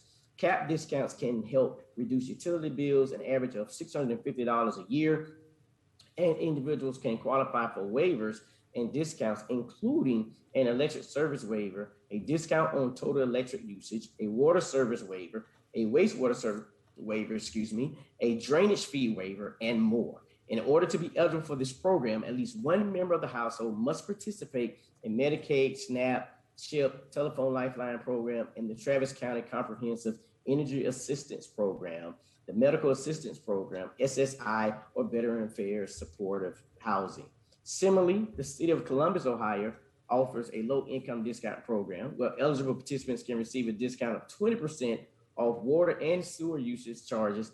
Additionally, income qualified persons ages 60 and older can qualify for a discount on their 10% electric and water bills, up to 20% on their electric and water bills. The income requirements for both of these programs are based on federal poverty level. Next slide, please. So we're here at the end, and again, we already went through the first two phases of the policy process. And so we're now here at phase 3, which is timeline development currently, where the charter officer determines the time and resources required to evaluate the proposal and creates a community action engagement plan if one is necessary. And the item returns to GPC for approval of the charter's timeline and plan. And then we move it to phase 4 for a full staff analysis and proposal development. Stage 5, proposal return to the city commission meeting. And phase 6 currently is implementation, where these ideas are implemented should the city commission decide to move in that direction. One of the things I want to highlight as we move to the next slide, which is discussion, I do want to let you know that as we begin to look at this process, when it comes out to providing utility assistance, there are so many great programs and so many great things that you guys can do as a commission, as a body, to assist neighbors. One of the things I do want to say, while it is that the report said GRU, I want our neighbors on the phone to recognize that the city commission is the one who gives approval for these different types of programs, and they played an active role in making sure that we can provide these services that we're already providing to our neighbors. This is a discussion to try to enhance upon some of the things that the city commission, along with GRU and city government, are trying to do to assist our low-income neighbors. So thank you for the opportunity for this presentation, and I look forward to the discussion that you guys may have. Okay, thank you, Mr. Folson. We'll turn it to Commissioner Johnson. Thank you, Mayor. So from the conversations that we've been having, it seems like there's general support to mitigate the negative impacts of us potentially raising rates. And the purpose of this conversation is really for us to, and thank you, Zariah and the team for expanding upon some of the research that I requested in 2019, is really to reduce the negative impact of potentially raising rates on our low-income residents. And the outcome that I'd like to see from this meeting is for us to be able to explore, one, what kind of additional data we're going to need, because clearly that's something that we're going to we need to make some database decisions. And by the adoption of the budget, which is going to be on September 13th, I'd like for us to be able to allocate money and also identify the source of those funds, whether it's the ARP or whether it's the general budget or whether it's the additional utility tax revenue. But I'd like to see the money allocated and the source of those funds, as well as the potential framework and parameters of any kind of program that we currently have and we would just want to help fund, or anything else we might ask to for the staff to come up with. And the process that I see, the way that I see this working is, you alluded to the timeline, and we are working on a really kind of very, very tight timeline here. So any kind of requests that come from the commission today, I would love for that to come back, if possible, at the July 17th meeting, and then be able to have a couple of months before we adopt our agenda, not the agenda, before, well, it is our agenda, essentially the budget, before we adopt our budget on September 13th. So, that's the way I'd like to kind of guide this discussion, is hear your feedback from the ideas that were presented. In my head, I'm looking at this as the shorter term solutions. I know that there are longer term solutions that will have a bigger impact, that we were discussing the other day about the housing stock. But to me, this is it's a separate discussion. I'd love to hear your thoughts. I have some thoughts about the way I see some of this working. I'd also like to get, I don't know if Claudia is still on the phone, is on Zoom, or anybody can answer this. But what are the utility tax, if we were to raise rates by 7%, what are the corresponding utility tax revenues on the general government side? Do you have that information? Whip that number up real quick. I don't have it prepared to throw up on the screen. I can tell you that our projections for utility tax collections, because again, for those of you that are not familiar, we collect the utility tax and remit it directly to general government. So we're essentially a pass-through. So we're projecting 14.2 million without rate increases and just under 15 million with base rate increases, as discussed earlier. 14 million without the 7% increase? 14.2 and 15 with base rate increases. So that's 7% in the electric, 5% in the wastewater, and 3% in gas. Of course, the bulk of that increase is sitting in the electric system. Okay, so the amount that's remitted to general government is how much? Without rate increases, we're projecting 14.2. Okay. With rate increases, we're projecting 15. Okay.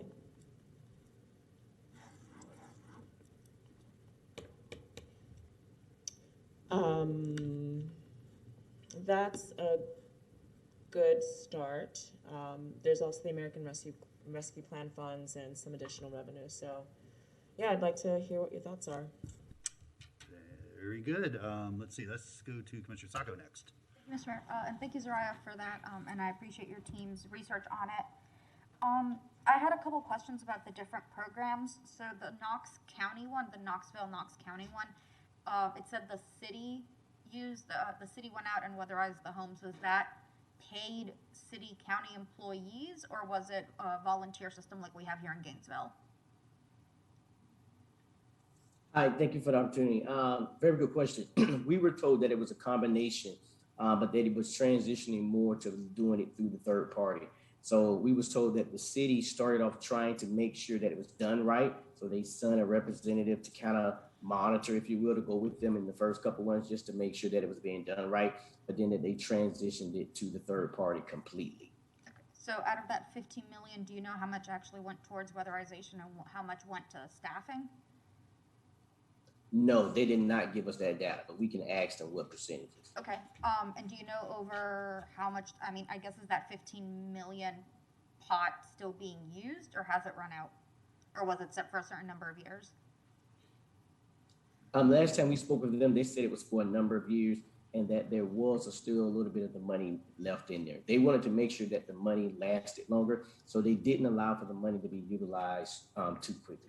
Okay. So they made sure they put parameters in place that the money would be more longitudinal than to be a short time frame. Thank you. And I think it was the Seattle program that, or I think it was the Seattle one where they, you can apply so long as you meet the income qualifications the month prior to applying. Is that application ever reassessed? Or let's say I get laid off this month, next month I apply with the program, but I get rehired 3 months later. Is there ever a reassessment of the income levels? I am not aware of that. That's a question we would have to look into. I'm not aware of that this time, though. Okay, thank you. So I've been consistently a huge fan of the weatherization program we have here in town. I think it's a great asset that we could, you know, supercharge with assets for the next couple of years to really fix up a lot of properties, and kind of defer some of the costs from our other programs that we're doing to require energy efficiency in rental units, but also do it for homeowners as well through that program. And I'd love to use some of the American Rescue Plan dollars to set aside some of that for that energy efficiency weatherization upgrades. My concern on using that money for long-term utility assistance is that I do believe we have an expiration date on the use of that money, unless I'm wrong, Mr. Feldman? Yeah, it's 2024, into 2024. Yeah, so, it has to be encumbered by December 31st, 2024. so, sorry, is that used by or just marked aside for something? It has to be committed. You have additional years to expend. Okay, so if we set it aside, said, you know, here's 2-3 million for utility assistance, it's good for it's good for longer than 2024.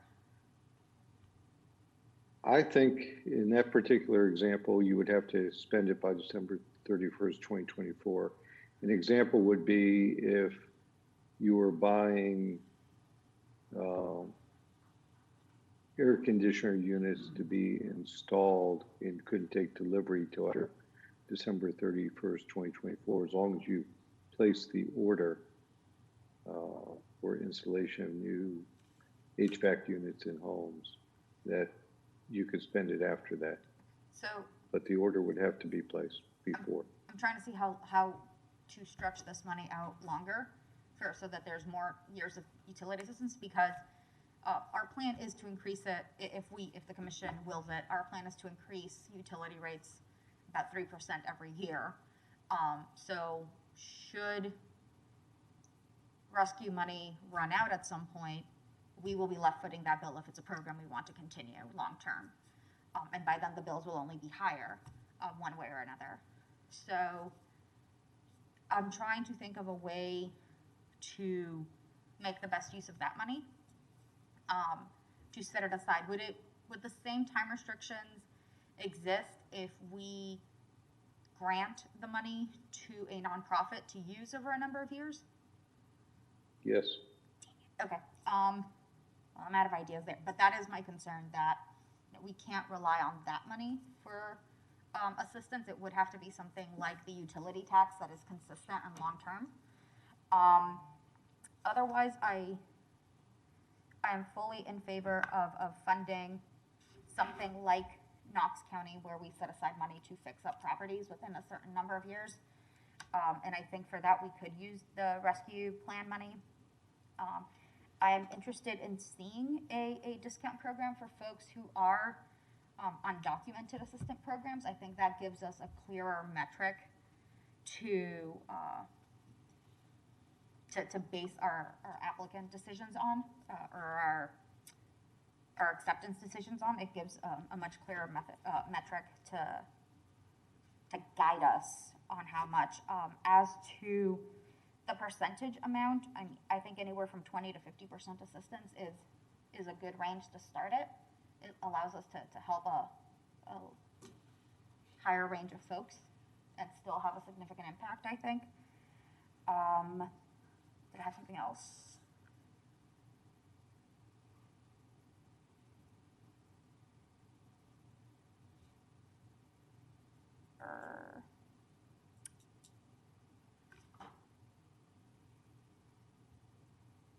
Oh, right. So, sorry, Mr. Folson, you said that there were state and national programs that folks in need can apply to for utility assistance.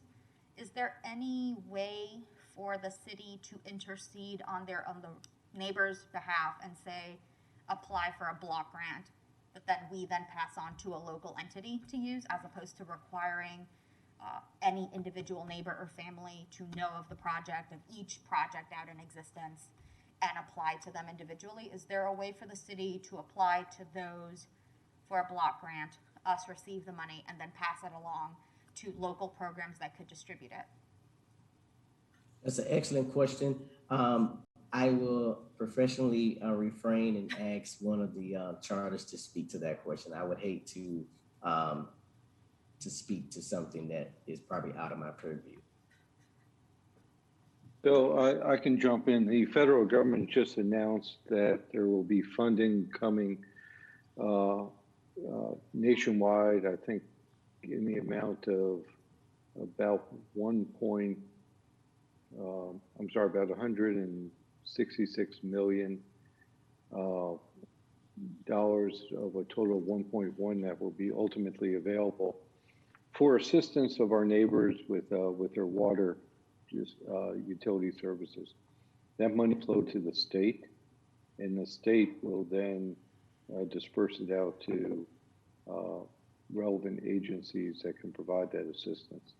It may come to the city, it may go to not-for-profits, we're not sure yet, but there is money that will be flowing from the federal government to the state for this purpose, and ultimately to provide some relief to our neighbors here.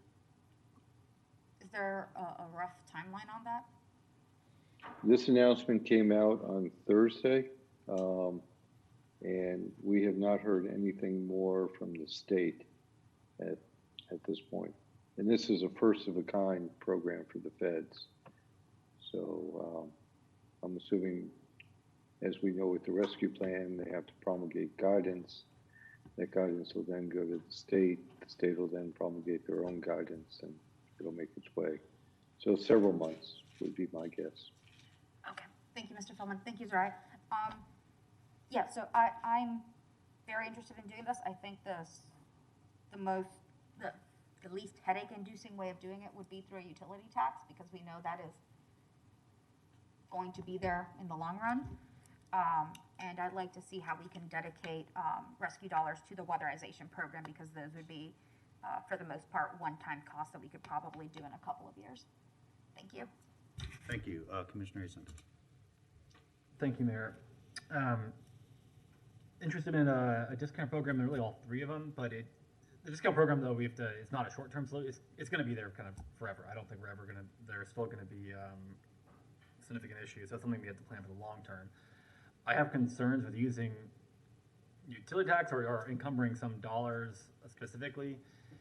I mean, just looking at next year's budget, we would be at like a $2 million deficit because we're lowering the GFT, and that's $2 million a year too. So we have to find ways to recover that revenue. And it's going to be difficult to allocate the dollars for the long run, but I do think American Rescue Act, some of those dollars might be good for it for a discount program. I do think for the LEAP program, we should also look at not just doing it by income, but also by who are the highest users and people who are maybe using way too much for the size of their home as well, so we can get kind of and being proactive and reaching out to them. So we can try to direct it towards those ones who will get the most use out of a new AC or things like that, or homes that are using way too much electricity for their size. Yeah, I'm supportive of those, but I think it's difficult to, we got to figure out how we're going to fund this beyond the American Rescue Act time as well. And if we're lowering the budget for our general government by $2 million a year, that's a significant hit over the years. Thank you, Mayor. Thank you, Commissioner Ward. Thank you, Mr. Mayor. So obviously, yes, I'm certainly supportive of doing this, providing funds to help people get caught up and stay caught up on their GRU bills. I also want to make sure that we use a significant portion of the ARP money to help people get more, the people who need it most, get more energy efficient homes, help their homes become more energy efficient, I should say. I want to be careful that we don't do this. Let me back up a minute. I want to use ARP money, and no, it's not forever, but neither is anything else we pass. I mean, literally nothing we pass can we guarantee that a year or 2 years from now another commission can't change. So we could put an elaborate plan together for how it's going to come directly out of utility taxes, and that can be tossed in any given year. We have money coming to us from the federal government for the specific purpose of helping out with this sort of thing, and that's where we ought to use it, in my opinion. I want to see us pay off current plans, current installment plans, and have money available through nonprofit local partners to help people consistently be able to keep up on their electric bill. Not just electric, their utility bill. I want to be careful that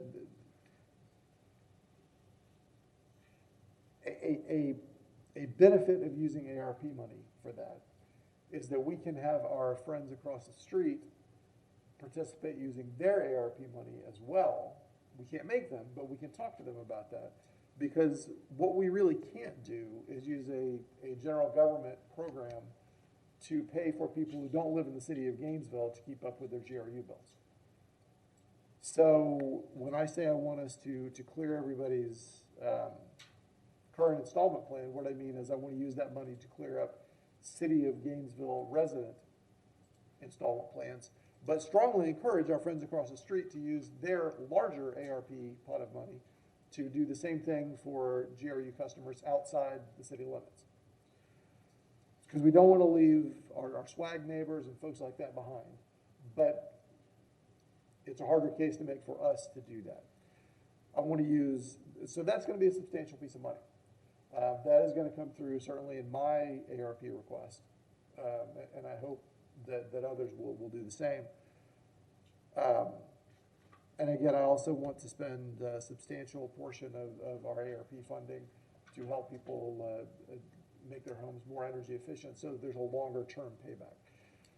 I would love to find a recurring source, but I don't want to do that at the expense of everything else that we're trying to accomplish as well. For anybody who's still here 2 years from now when ARP funds start to roll out, we need to keep this in the back of our mind. But I will tell you, I've been thinking about this for years, trying to find a recurring source without hurting other programs that we're doing, and it's really hard to do that. If we say general government funds this out of recurring resources, then something else doesn't get funded. We need to keep that in mind. Again, the federal government is helicoptering in money for us to do exactly this sort of thing, and I hope that we'll use it for that. Thank you. Thank you, Commissioner Ariel. Thank you, Mr. Mayor. I'm gonna try to not be redundant because I agree with a lot of what has been said. I think it actually, we have to include utility assistance because we are still in a state of a damaged economy. People are still struggling. The Florida government is putting its best face forward, talking about how they made more state revenue than ever. Well, that's because they raised taxes by $1 billion in the dead of night. Talking about everything being open and available. That's just one way to offset the fact that economic indicators are not showing that we've really bounced back from last year, and it's not happening at a rapid enough number. And the ending of unemployment insurance is not going to help that. So I really think it's our duty to include some type of utility assistance in our ARP funding. The question, of course, becomes the details, and GRU has a lot of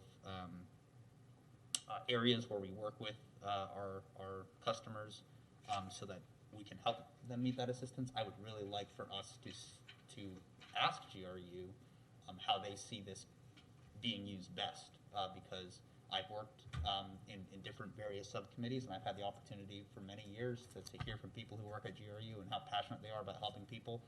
And I'd like for them to have that opportunity to give recommendations before I go creating something new, because ultimately, at the end of the day, the ARP money does have to be spoken for by a certain date. And so I'd much rather us start from the cart and the horse that is already running and rather than start from scratch. So that's my feeling on that. The second thing, the weatherization question, I think is really excellent because that would be the new endeavor that we would go for the next few years. So the goal would be X amount of houses for X amount of customers to be weatherized. And we can actually set that goal for the next 3 years and set how much funding that would require. And we can get estimates for what the staff costs would be and all of that. And I would really like for us to do that. I will say one more thing. You all may have noticed there was a stark difference in the way that GRU and general government budgets were discussed. GRU was asked to bring back a lot of non-discretionary and discretionary cuts, and a large portion of the general government budget were increments and increases. So I think we have to really, really, really be sensitive to the impact of where we use this funding, and I would really, really like for us to get GRU's feedback because it may be they have a dream ask for LEAP or for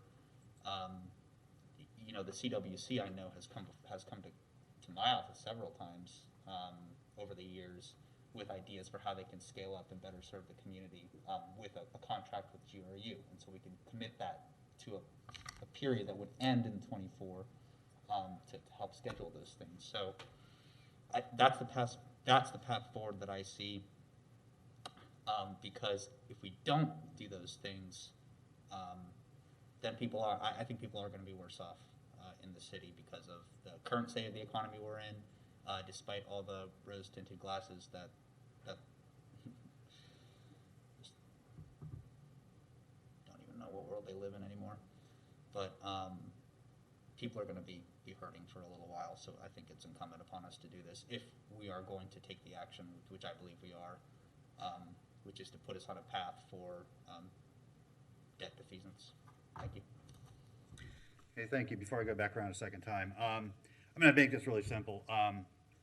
I absolutely support and am excited about some more direct assistance to our lower income neighbors, utility customers. To me, it just really divides into two categories. One is the sort of permanent fix, getting into people's homes and apartments, and fixing those, let's just call them the big leaks, and creating a long-term solution for not only the person that lives there right now, but the person that's going to live there in 2 years. For that, you're going to see a pretty significant ask from the American Rescue Plan dollars from me for that purpose.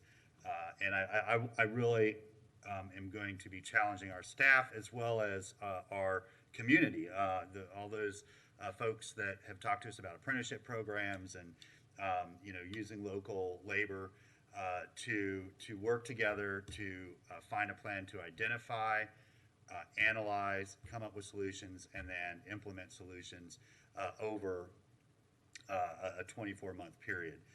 So it's going to be a huge lift, but go out, get as many done as we can, and create a permanent solution. So that's one big pot of money.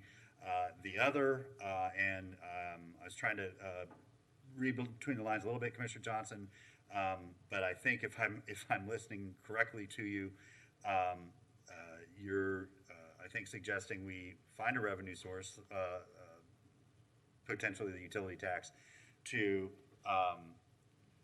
serve as a recurring means of assistance to these customers that every month are having trouble paying their bills. And I agree with that as well. That's something that I just think needs to be built into our general government budget moving forward. And the utility tax, to me, is the most logical connection between those two things. What the amount is, I don't know. I don't know if it's $1.785 million a year. Some of these folks could be well off. Young people who just are skipping out on their bill as they're leaving town. So I don't want to get into an elaborate means test on that, but I think there needs to be some. I don't want to be paying bills for people that could afford them, no problem, and are just choosing not to pay them. But there is a dollar amount there to me that would be reasonable and highly effective at helping people who are really struggling with their bills for whatever reason. For they lost their job, they've got a medical expense. It's that metric. I mean, it's very commonly used. With a lot of these discussions around the country, but can somebody meet a $400 unexpected expense? That's that sort of living paycheck to paycheck metric. And so those are the folks who I want this kind of recurring assistance program targeted at, and I like the utility tax for that quite a bit. And that's kind of where I'm going to keep it there. That's where I'm comfortable with doing this. I think if we do this right, especially the first part where we essentially fix homes, we're going to create a long-term solution. Now, of course, when I fill out my form, who is going to be adversely affected by this is sort of everyone, because that lowers GRU revenue. But that's, I'd rather have that problem than continuing, with this very definable, solvable, recurring problem of homes that families are living in that just are going to be high utility homes until they get fixed. Let me go back to the other two budgets. I am supportive of a resolution that decreases the general fund transfer $2 million a year over the course of 6 years, starting with this coming budget. I support a rate ordinance that will start next year and embed a 3% increase. I've had a lot of conversations, good conversations with GRU budget staff about this. There's a lot of good reasons for doing it, but really the basic model, I mean, even though we get such a small amount of money from property tax, it's really unusual that property values do not go up in the city. And so with the same millage rate, we can depend on an escalating revenue source to sort of cover your increased costs of labor and materials and things like that.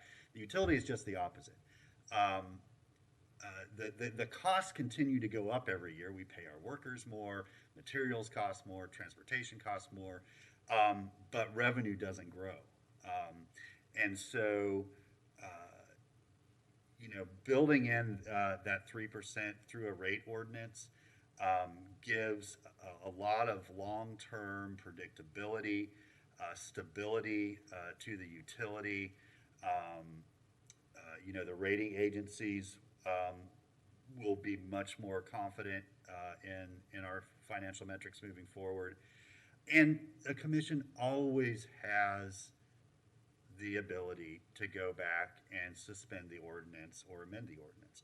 But to set that, it's a common approach, and to me, it just makes sense. And so I support the resolution at $2 million a year. I support the rate ordinance at 3% a year and 5% in wastewater, because we do have some major infrastructure needs in wastewater.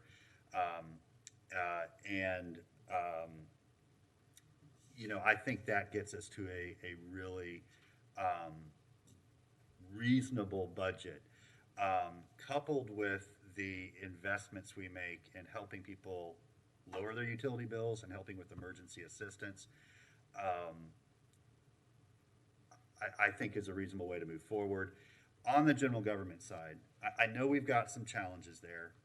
Some of those can definitely be met with American Rescue Plan dollars in the short run, and I think there's some great opportunity there. Out of the increments that are, I would say, sort of on the margin, the community resource paramedicine program is by far my priority. That is, again, a program that helps our most vulnerable neighbors in really meaningful ways. And it's the kind of services that we should be expanding. It will reduce pressure on our police department. It will reduce pressure on our emergency rooms, and it will help people, individual people in very real ways. So that's, to me, worth fighting for. The sort of step down from wild spaces doesn't have the same urgency to me. I'm okay kind of continuing with that. In an ideal situation, we start transferring those responsibilities over, but I'm okay not doing that this coming 2-year budget cycle. And I think those are the big points I wanted to hit. I'm hearing some general symmetry between most of us, if not all of us, which makes me feel good. And I'm hoping we can just get some really clear direction to staff on how to move forward, as well as to our rating agencies, all three of which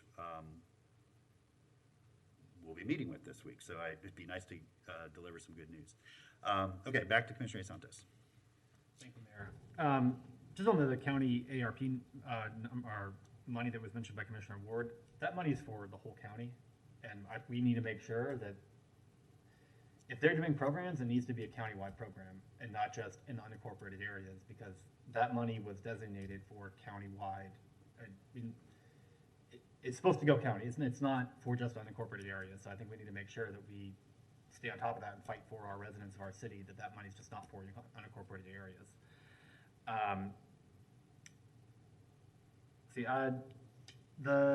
I guess when we talk about, other portions of the budget, I think there's some other revenue generators out there. I think we should increase our neighborhood parking fees. We have not, our neighborhood parking fees are dreadfully low compared to the demand of what's out there.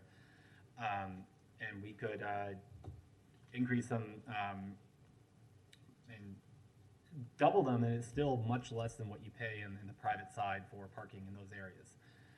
And I think that's something we should consider doing. That would bring in a couple $100,000 more money, and would bring it more in line with the demand that's out there. we're just not charging enough for parking. I think we should also look at removing free parking downtown. That would be another generator. And there's another thing of, there's some commercial spaces, I think like in Midtown and some other areas where we have neighborhood parking, but there's a lot of commercial in that area too, where we should look at removing some of those neighborhood parking spaces and adding metered parking spaces.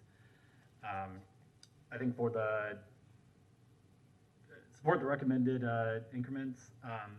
I also think we should look at some other increments too. I think the RTS free fare is one. I guess I don't know, where, is this in the budget? One of the issues that's brought up with us being able to meet our state requirements for finances, we haven't had enough people. Is that just we haven't hired them, or is it we don't have enough FTEs allocated for that? If that's a question to me, Yes, it's a combination of both. On there, I think we've just made some recent hires in there, but candidly, we need more. And those were on those additional positions were ones that I had not yet moved to the recommended increment list. So that's one of the FTEs I would like for us to consider as well. I think we have an obligation to do that, and we have not done well the last few years. I think we should also look at a planning FTE. We've put a lot of pressure on there, and we've also are asking for more community engagement. I think we kind of heard that whenever that was brought up. We need more FTEs to be able to do more community engagement when it comes to planning. Two non-recurring things. Our citizens voted to allow the city to build greenways. It'd be a non-recurring thing for a greenway study to be able to do that. And that would also, we need that really for the sales tax that's going to be coming up for the renewal of the wild space and public places, and having a greenway study would be able to show the residents what that money could be spent on. I also think we should have a non-recurring amount for a lighting study. Lighting has caused a lot of issues with people dying on our roads, and it's something that when we looked at our neighborhood survey, it was also something that was people wanted more with more lighting. I think we need to have better standards. And I guess one other thing, if we're going to fund a community paramedic program with our budget and with the decreasing amounts coming from the GFT, we're going to need an increase in millage. I guess I would support a 5.4 mils, but I don't see how we move forward on this budget without an increase in millage if we're adding these expenses and making those cuts. Thank you, Mayor. Commissioner Ward. Thank you, Mr. Mayor. Just to circle back to the utility assistance one more time, I would remind everyone that one of the things we do by helping people clean up their current installment plans is put money into GRU. That helps GRU's bottom line improve. It's not as if we're sending that out to a separate agency. We are circling that back into the organization. So that's a positive as well. I am definitely in favor, as I said the last couple of times we talked about this, of the $2 million a year reduction in the GFT. It is painful, but it is something that I'm comfortable putting out there with the understanding that future commissions might take it back. But I would be in favor of that resolution. My conversation with GRU finance staff about continuing rate increases was less of a 3% standard number than a number tied to CPI. That's something we can communicate very well to the community. Everything else goes up. This goes up too. Picking a number is fairly arbitrary. Picking a standard is not. I'm more comfortable with choosing a standard like CPI or one of the other available indexes, and there are many, than I would be just picking a number. Yeah, that's my thought for now. Thank you. Commissioner Johnson. Thanks, Mayor. I'm also going to circle back around to the utility assistance conversation. I took some notes on what everyone said. There seems to be a lot of support for energy efficiency and weatherization funds. I'm not prepared to make that as part of my motion today. Someone else is welcome to do that. I am increasingly concerned about improving property without there being anything tied to it in terms of affordability that lasts for a certain number of years. And I have not thought deeply enough about that to be able to put that into a motion that I'm comfortable with. So I'm going to stay away from that today. I do want to talk about the recurring assistance and also some feedback that I got from you all about potentially paying off people's bills. And Mayor Poe, what you said was really important, and I want to be able to really hone in on the people that need the help and what those eligibility requirements are. So I'd like for us to be able to come up together with a set of some data that we're going to need so that we can understand what that number is. These are just some things I've thought about. I'm happy to hear some of your ideas. I think one good metric is the amount of shutoffs that people have had within city limits. Let's say they've had like 3 or more shutoffs within a year's time frame. I'd like to know who those people are, and I think that's really relatively easy information to get. This might not be so easy, but I don't know. I'll just put it out there. Is really the number of people living in poverty, and I'm that to me is our low and very low income neighbors within city limits that have GRU.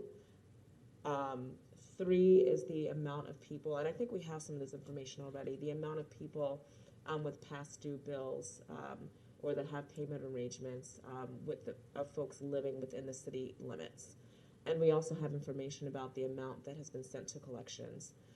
So I think that that's some really good data to be able to start with so that we can understand how much we would need to fund on a recurring basis going forward.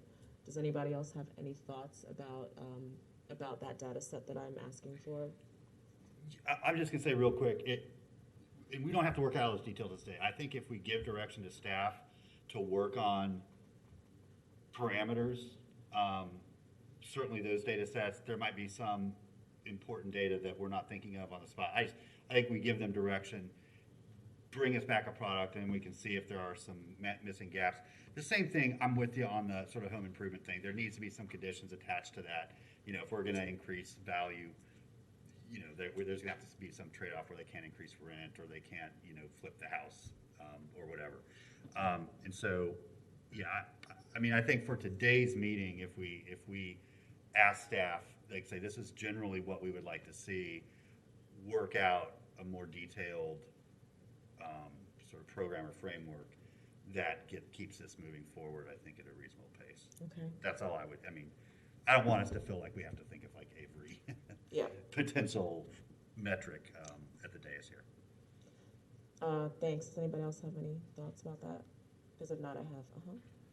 I was just hoping we can get more than just 2020 in terms of the data sets. I think looking back further and also getting 2021 just to kind of figure out what is kind of more of a regular amount. And then also not just, this is just ones that were referred to collections, but also just, I guess, delinquency and what is that kind of running average to. But also, yeah, making sure we go more than just 2020 in terms of the data. So let's say from 2017? I'd say 15. 2015? Yeah, that should be able to give us a... Okay, and I also think it's important for us to understand how the current programs are working. I mean, I've gotten feedback in the community that, sometimes it's really hard to access the funds and people don't know what to do and where to go so basically what I want to get an understanding of is how the LEAP program is working, if anybody, and I don't know if there's any connection with GRU to the Home Energy Assistance Program. But if there is, I'd like to get an understanding of how many people and how that's been working for us. The Community Weatherization, CWC keeps incredible data, so I think that we could basically get anything that we asked for from them, but it's clearly a program that works well. I don't think we need to prove anything. But I'm interested more in LEAP and how that's working for our community. The Energy Home the Elderly Home Energy Assistance Program, if anybody takes advantage of. Anyway, basically all the programs that have been mentioned in here, I want to understand how they're working, because if they are working and they're working well, then we should consider funding them more. If they aren't working, then I think we need to consider either creating a new program or fixing the programs that are not working right now. So if anybody has any more thoughts, I'm happy to include them in my motion. If not, I'll go ahead and make a motion specifically with this. Go Yeah, ahead, why don't Dave. you put one on the floor and then we can add to it. To her point. Well, then I'm gonna go in order because we've got 3 other lights, so. I'll go ahead and put a motion on the Okay, floor yeah. then. So I've asked that staff come back to us by the July 17th meeting with data for eligibility requirements for recurring assistance, a source of potential funds for recurring assistance, and framework and parameters for a program. You know what? Let's not do that yet. I think we just need the data. Okay. Is there a second? Let me make sure that that's all that I want to include.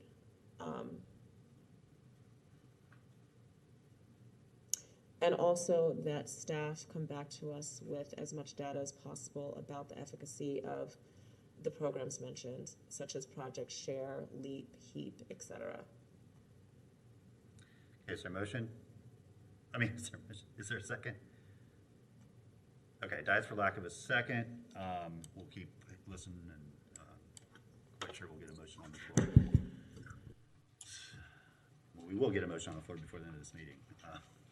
Not a vote until we do. Commissioner Sacco. Thank you, Mr. Mayor. And I actually do have the data on the GRU customers who experience multiple shutoffs.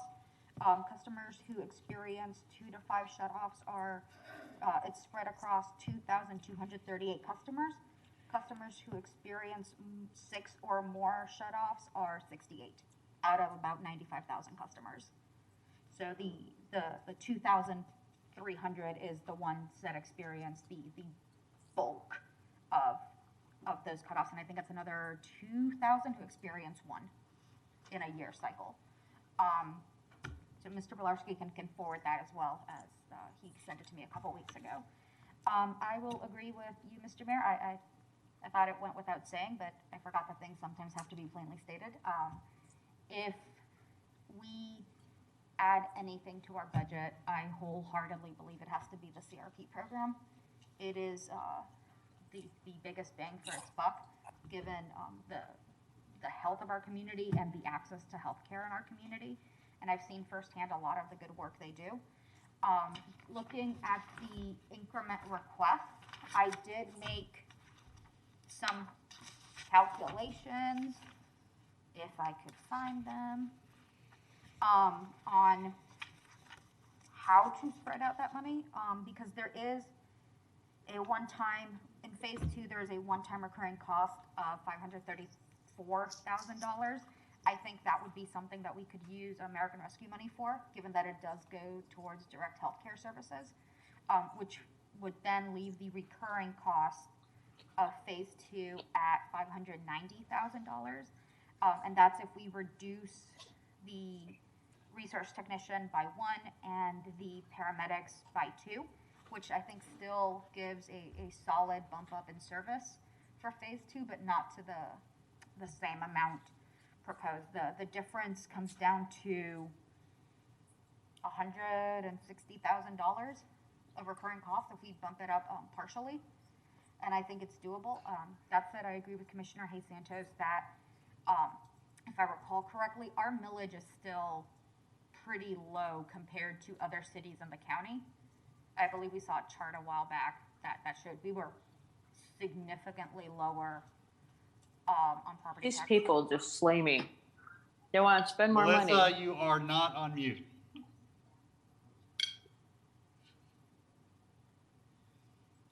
Please continue, Commissioner. I think we saw that we were a lot lower than other cities. But if we are going to include any increments, I think it has to be out of the paramedicine for the paramedicine program, but perhaps at at 80% capacity than what was proposed. Yeah, but that said, to try to meet that, I'd be comfortable with 5.4 as Commissioner Santos proposed. It is, I assume, minimal, just as that 3% would be at GRU, that it wouldn't be entirely noticeable, but it would make a collectively large impact. But yeah, I also support you phrased this a lot better, Mr. Mayor, that the reliability and consistency of a 2-year reduction every year and the proposed 3% increment every year, it does give a sense of reliability. And I've been told that the ratings companies really appreciate that level of reliability and predictability in it. And I think it works for our customers to know, as we increase the pay at GRU to make sure everyone has a living wage, that does come at a small cost to the community, but it all goes right back to the community, and it makes it a predictable amount that they can know ahead of time and not be blindsided every year. But I think those are my points. I would support moving forward with keeping the paramedicine program in consideration, and potentially we can always reduce it, right? The millage. We can propose something higher, but so I would propose that we set the tentative at 5.5 just in case. We don't, I'm sorry to interrupt, we don't need to do that today. No, I know. We don't need to go down that path today. We don't need to get into millage.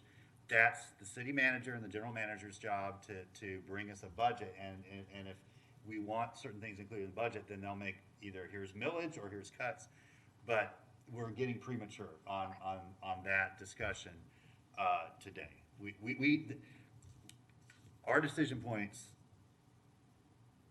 really need to be the GRU stuff. Are we going to make major decrements or increments? And a little bit around what do we want to do with utility assistance? Then staff can go back and prepare a budget for our consideration, and then we can see whether that's something we want to accept or not. So just like with parking with Commissioner Santos, that's too much minutia for today. We just need to get the sort of big, broad strokes so staff can do their job, and then we can decide if we want to accept or decline those things. I'm so sorry to interrupt, but You're fine.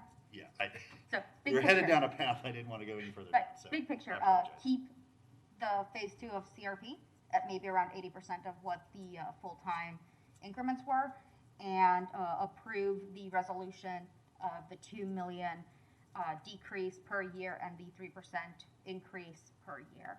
I think those are the big ticket, and to do and to find some potential utility assistance funding source and program that would work for us. Thank you. Okay, thank you. Commissioner Santos. Thank you, Mayor. For the discount program, I have concerns if we just do it based on the number of shutoffs. I don't know if that's the best. I think we have to figure out what are the reasons for the shutoffs. I just don't know if that's the best one to use. For the recurring assistance, I want to make sure that we just don't do it at a hard cutoff, say 6% AMI or whatever it might be. There should be a gradual kind of drop, I think, so that people don't get, if they make 61% AMI, then they lose out. So I think that's one of the things as well in looking at it. Thank you, Mayor. Thank you. Commissioner Ward. Thank you, Mr. Mayor. So a few things to touch on. Yes, I support CRP. I think that's something that should be included as an increment. But I would also like to pay for as much of that as we can through ARP. That's a thing we can do for at least part of it, and that we should do for at least part of it. Going back to utility assistance, I think the more I think about it, I've been thinking of it in two separate branches, and I didn't articulate that well. I want to definitely use ARP to help people pay off the existing plans. And regardless of how they got there, because we can ask people to prove that there are people who are going to be in a serious problem financially that can't prove that they are living below the poverty line. People who lost their jobs during the worst of COVID, they may have done very well, and then suddenly, particularly in the hospitality industry, lost their jobs and not been able to keep up. And not doing well enough, even when they get a new job, to ever catch that up consistently. That's a direction in the ARP monies to spend it on folks like that, people who were specifically hurt by the whole COVID economy. So I would like to catch people up, but then there's a separate group. I don't want to just pay utility bills for anybody who shows up to Catholic Charities or wherever and says, I want you to pay my utility bill. There need to be guidelines for the ongoing program, for helping people catch up. I would keep that as loose and liberal as possible to catch people up who need the help. But I definitely want tighter guidelines for folks going forward who are having trouble paying their utility bill. Many of them will be the same. Not all of them will be the same. The biggest reason, in my experience, with that some of those assistance programs don't work is often that they've run out of money. And that's frustrating for the people who work there, and it's frustrating for the people who show up and ask for help. You know, this program said, we don't have any money left, call this program. And they don't have any money left, so they go back to GRU and they say, well, try this one. And relatively early in the year, programs like LIHEAP run out of money. That's true through elder care, it's through Catholic Charities consistently. They just don't have enough funding to keep up. And that makes everybody frustrated, and it makes the program feel like it doesn't work. If we properly fund these programs, they'll work a whole lot better. So those are my thoughts on that. I don't feel like we need to put the program together today, but those are just my general thoughts. And I think staff hopefully very clearly hears that what we're looking for, that we need a program to come back to us for recommended for approval, that we can then pick through and see if it meets the needs that we're looking for or not. Thank you, Mr. Mayor. Thank you, Commissioner Ariella. Thank you. Two points. I'll go first with the point two, what would be a motion. Gail, I'd be ready to second such a motion, but I also really want us to give that direction to GRU so they can go forward with that, because if we're going to meet the rating agencies this week, I think those are the kinds of moves that would really be beneficial. And I'm committed to that direction, and I'm committed to the utility assistance because I think it is important. So that for what I want us to do today. Secondly, going back, I'm not comfortable talking about the increments and the decrements. Excuse me, today's not a good day for me. Is because we just got that first flush of what potential property revenues would look like, and that was requested increments from the various departments. It's not even getting around to commission requested increments, which every year we have them. And that needs to be part of the discussion too. Harvey, you mentioned something that was near and dear to you, and for me it would be the youth services. And so there's a lot. I get it. You got to talk about what's important to you, but that wasn't even a slide. And in my 4 years of being commissioner, I don't think we've ever had that situation where commissioner increments were completely not even mentioned. But it is the first flush, so it's not a huge deal the next go around. But since we're putting our 2 cents in for those general budgets, so anyway, I'm going to go ahead and just move that we accept GRU's recommendations and give them direction to move forward, and that we include the data request that that Gail Johnson asked for. Okay, is there a second? Can I modify? If you can try if you second, yeah. Okay, the motion has a second. Commissioner Harrell made the motion. Commissioner Johnson made the second. Go ahead. So the second, if we could. Are you good? I'm sorry, are you good, Commissioner? Depending on Well, no, do you give up the floor? There's a second. Yes. Okay, Commissioner Johnson. So for the second part of that motion, I made it a little bit more clear. So the clarity around that is that in order to mitigate negative impacts to those most negatively impacted by potential rate increases, which are low-income neighbors, and to look more deeply into what expanded utility assistance looks like. Put your mic on. Oh, the mic would be important. I'm just gonna start all over again. In order to mitigate the negative impacts to those most negatively impacted by potential rate increases, which are low-income neighbors, and to look more deeply into what expanded utility assistance looks like, that at our July 17th meeting, the following info is presented to us. Staff come back to us with eligibility requirements and guidelines for one, recurring assistance, and two, to pay off existing plans, including a source of funds that can include ARP, general fund, and utility tax revenue.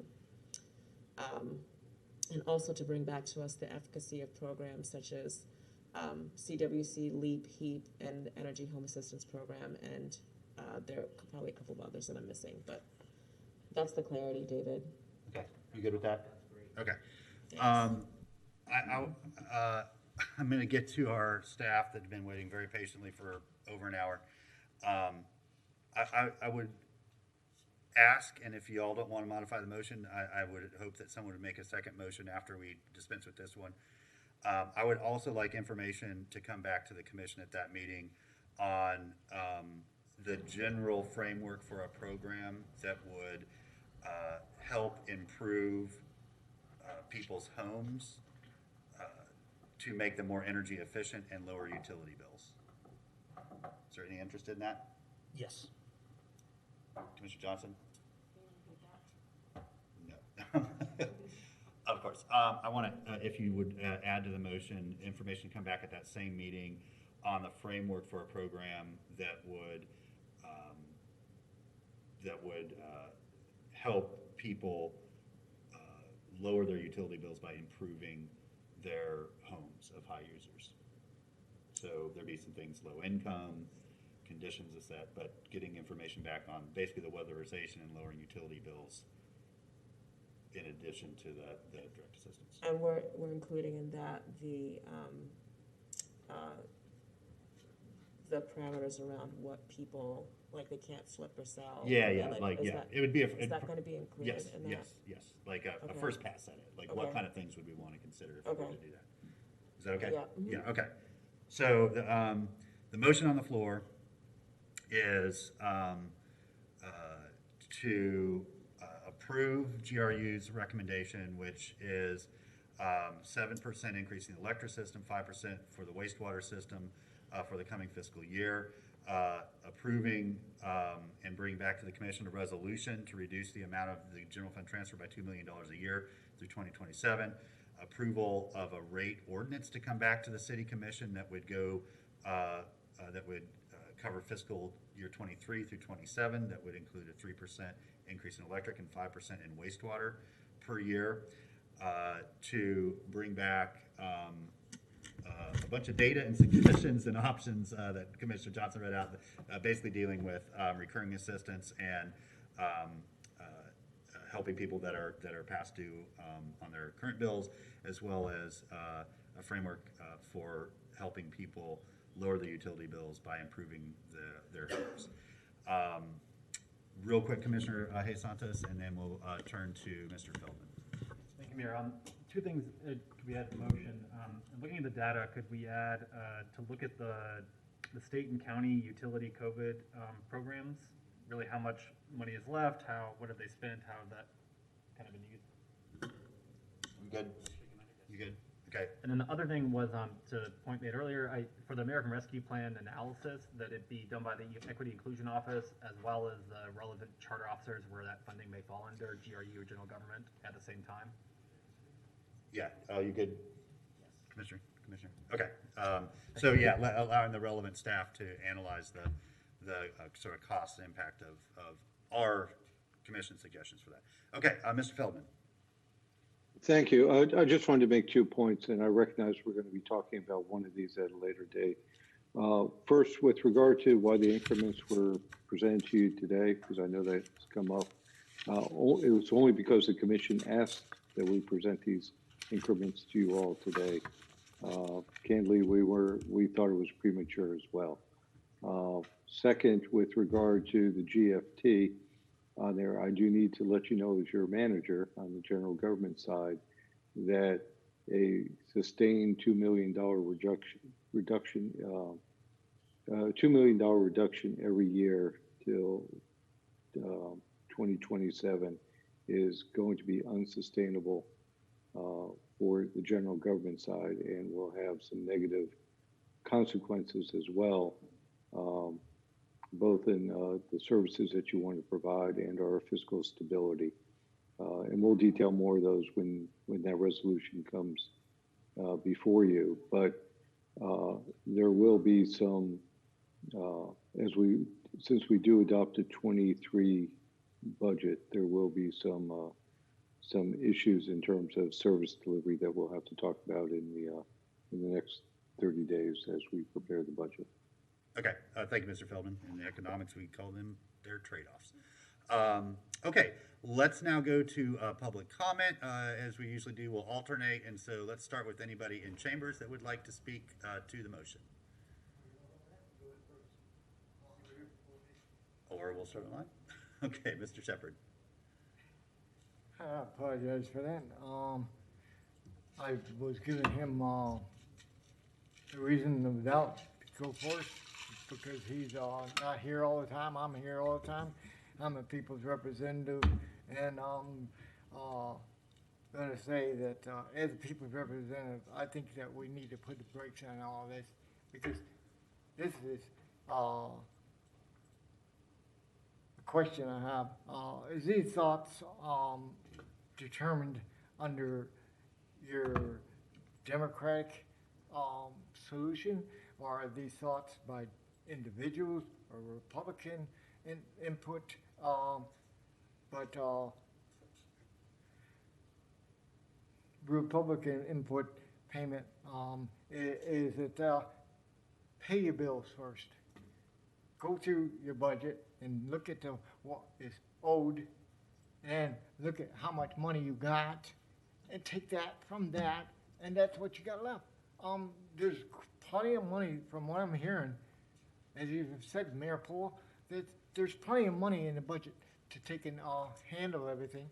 And so this here overcharge, $9 million from GRU, GTEC has $40 million. Take it from them. Pay it off. Pay your bills before you take and delegate more bills. You're delegating more bills on the public, on the low income, on the middle income. I mean, all across the board. This is not needed. This year, 2 years ago, in 2000, I'm going to say 19, there was and I got a DVD of it also, saying that there would be a 0% of a utility bill by 2020. This here is totally off the wall. Who's driving the truck or the school bus? Because this here, if Nathan Scott was here, he could explain it better than I could. And I'm explaining it the best of my knowledge, and I'm quite knowledgeable about this, and I'm saying exactly what I said. Pay off your bills, and then less expenses you have. This is not being done from what I'm hearing today. And so what I'm going to say in closing is that let's let our general manager, do his job. You took and said that too, Mayor Paul. So let's go there before we take and move forward. And that's all I have to say. Thank you very much, and let's keep rolling. Thank you. Over to you, Larry. Mayor, two procedural questions before we go. One is, I assume we should keep a 3-minute time limit, even though both items were kind of combined. So if someone wants to comment on both, they should only still have the 3 minutes. Is that correct? There's only one motion on the floor, and so it'll be to that motion. Correct. Okay, understood.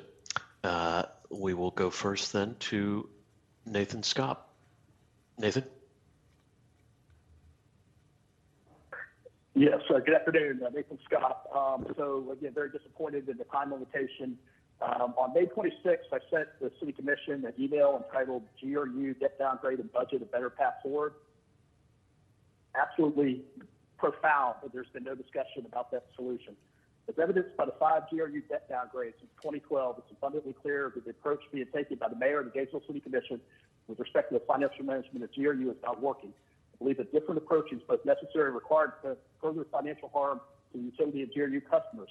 With debt downgrades number 6 and number 7 hanging in the balance, it's clear that you're not listening to reason, continuing to make excuses, and have an insatiable spending addiction with taxpayer money. The person with the hot mic, Mr. McCready, was spot on. I'm glad people hear that, because all you do is spend money. With respect to the GRU budget, my comments are as follows. Multi-year GRU rate increases are not the solution. Multi-year GRU rate increases beyond which GRU electric rates, which are already unaffordable, is a regressive tax on GRU customers, including hardworking Gainesville family and low-income households. GRU presentation doesn't list the rate impact on businesses. GRU hasn't provided a cost of service study justifying multi-year rate increases.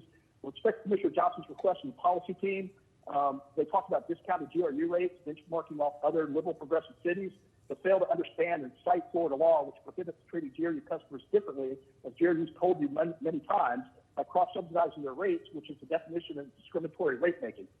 Once again, the city's irrational solution to every failed city policy, including this point GRU, is to mandate to further subsidize and throw more money at failed policies.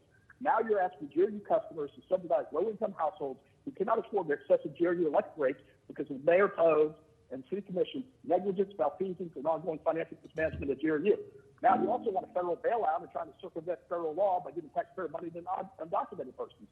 The last time the utility rate tax increase, we talked about that, was a result of moving the biomass plant in base rates. GRU proposed using that $2 million per year to lower the GFT, lower electric rates, and or offset debt.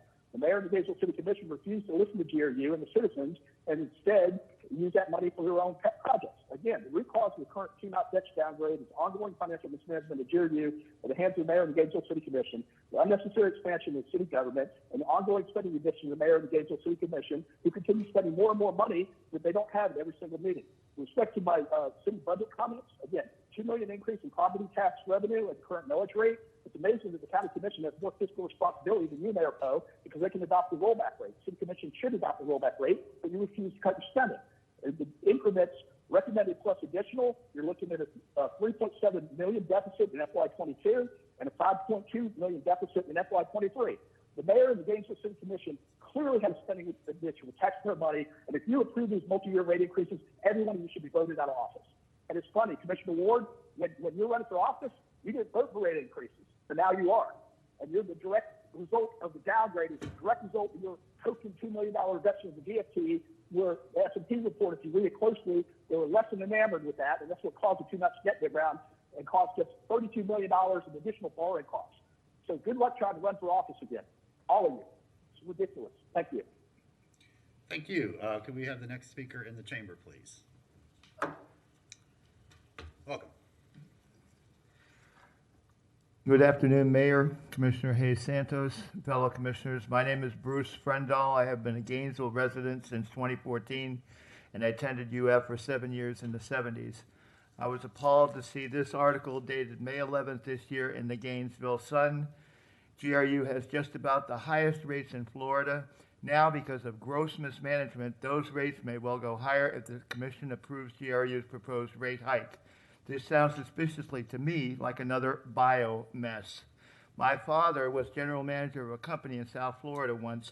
If the company had been mismanaged like GRU has been, according to its general manager, the company would have gone out of business and my father would have been fired. GRU just makes its customers pay more. My personal issue is this. Recently, my power was cut off. Yes, I owe GRU money. Yes, I made mistakes. Yes, I was working very hard to pay the past due amount. However, GRU wanted a nearly $300 deposit now. Local social service agencies refused to help me at all because of that. But the real kicker was GRU then shut off my water. Now, my neighbor, who's a UF graduate student, ran an extension cord to my place, which ran the refrigerator and microwave. But when your water, the lifeblood of all human beings, is denied you without any notice whatsoever, it's like saying we don't care if you live or die. Now, I'm a person of faith. A miracle occurred last Friday via my credit union, and I got power and water turned back on. But you, the city commission, need to tie this GRU guy to a very short leash. Also, is the Public Service Commission still in operation? Thank you for your consideration. Thank you. Larry, back over to you. Mayor Debbie Martinez on the line. Debbie? Yes, thank you for taking my call. I'm Debbie Martinez. Now, since sky-high GRU bills are a result of Mayor Poe's and the City Commission's own making, members of this commission need to start by putting your automatic pay increases on hold until you cut your bloated budgets and get to the place where you stop raising GRU bills. Sky-high GRU bills are not due to leaky homes. It is a result of the City Commission getting into grossly overpriced utility contracts, the multi-billion-dollar biomass wood burner plant for power we did not need. Many lower-income people were able to pay their GRU bills before the City Commission drove our utility into the ground. You are the board of directors of GRU. You mismanaged our utility. Former Democratic mayors, environmentalists, financial experts, and utility experts warned you not to gamble with GRU ratepayers' money. You dismissed the Democrats' warning. You rolled the dice and lost. You killed the GRU goose that laid the golden egg. And now you want to blame leaky buildings and GRU customers rather than looking into the mirror and admitting members of this city commission are to blame. Do your job, cut your bloated budget, and put a freeze on your automatic pay raises instead of raising GRU bills. That is how you begin to rebuild the trust of our residents. Thank you so much. Okay, Larry, we're all done in here. If you got anybody else on the line, we'd love to hear from them. Yes, sir, Mayor. Armando Grundy Gomez on the line. Armando? Thank you, Larry. Mr. Mayor, I do want to point out I appreciate Commissioner Ariola's point that in essence you had GRU presenting the decrements that were asked of you during your General Policy Committee meeting 2 weeks ago, which each side was to come back with $5 million in decrements, and it looks like one side did it in GRU, and the general manager that you paid $336,000 a year to, and Mr. Zelarsky, who listened to you, came back to you and followed the rules, and it looks like general government didn't come back to you. It looks like they had the allergy and just completely was dismissive and ignored you and said, no, we're going to come back with increases and 17 new full-time positions. Another point that it seems to be missing is that crime is up. Fires are not up, but yet we want to have 17 new new positions for firefighters. For what? If anything, that needs to go toward GPD. In essence, also, which was interesting, I couldn't agree more with Ms. McCready and her point and her hot mic moment in that she's saying you all are spending money you don't have. Melissa McCready was exactly correct. She was exactly correct. It was good to hear the mobility director have an opinion on your budget, but it's interesting that staff can look at your budget and know what's going on, but you can't. So I would encourage us. I appreciate Commissioner Ariola and Commissioner Johnson focusing on us that are wanting to struggle, paying our utility bills as we should. However, we cannot continue. You're saying you want to fix the problem with our borrowing and crediting agency, but you're still not getting it. You're still almost there. You're trying to get there. You're like the little engine that could, but your general government just doesn't want to see you across the border. So I don't know what that's all about. Maybe you need to ask your city manager why he has an allergy to listening to you. So is he setting policy direction or are you? Thank you. And Mayor, I believe that Brian O'Brien is standing by. Mr. O'Brien?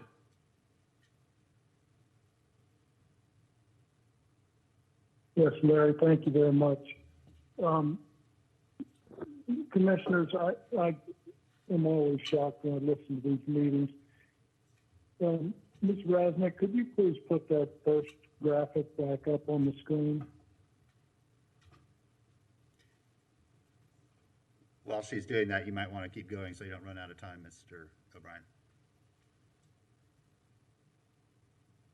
I apologize. Okay. What does the call? As usual. I apologize, Mr. Mayor. Somebody made poor Ms. Rasnick. I have the highest regard for her and her expertise over there at the utility and trying to balance the books. But that graphic that was put up at the beginning of this meeting is a complete piece of propaganda. The idea that somebody's aggregate bills for their utilities is anywhere near what it used to be in 2011 is an absolute farce. That is a statistical trick that's been promulgated probably on to Ms. Rasnick by some person over there, sitting at the center of the dais up there high and mighty. And if anybody in the city of Gainesville can show me a utility bill from 2011 that's within $20 of the total in 2021, I'll pay you 100 to 1. It's a total farce and a trick of statistics to take the averages and then try to tell people what to think before you start your budget meeting. They're embarrassing, Mr. Cohen. Only you could pull such a snotty trick on the people that are trying to pay them their bills. This is ridiculous, and I would hope that you'd cut your spending. Thank you very much. That's our last caller, Mayor. Okay, thank you. Commissioner Santos? Thank you, Mayor. I just want to say, general government did provide millions of dollars in decrements starting on page 16, or page 16. There's about 12 pages. Thank you. Yeah, there's a ton of them, several pages. Look, I guess name callings come back in fashion. The bills that Ms. Rasnick showed that's just data. It's nobody's opinion. It's the bills of a 1,000 kilowatt user, which is the industry standard compare, and the bills of our average user, which is significantly lower than most people in the state. We have some of the highest rates in the state.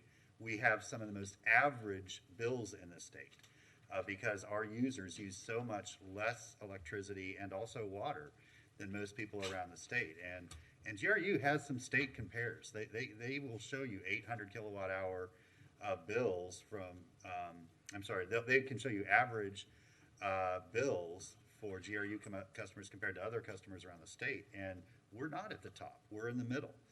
That doesn't allow any of us to sleep better at night. We agonize over these kind of decisions. But we also have a fiduciary responsibility and a responsibility to run a utility that is safe, that is reliable, that is fiscally sound. And by not raising rates, many of the last several years, including many of the last several years, including last year, it puts the utility in a position that I don't think our customers want to be in. So there's no misdirection here. It's factual. Everything presented today was factual. And that's where we are. And I think all of us, if we could give up our CPI raise that we get as a city commission to balance the GRU budget, that we would do that no problem. We would sacrifice that $213 or whatever it is. But there's not a nexus between the two. With that, before the vote. Yeah. Okay, go ahead.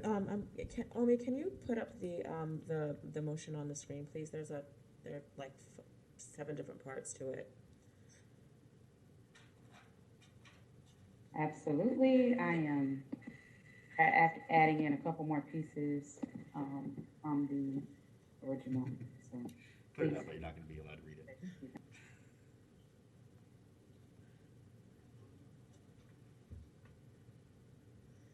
And I'm going to ask to split out the first part of the GRU's recommendation, the 7% increase.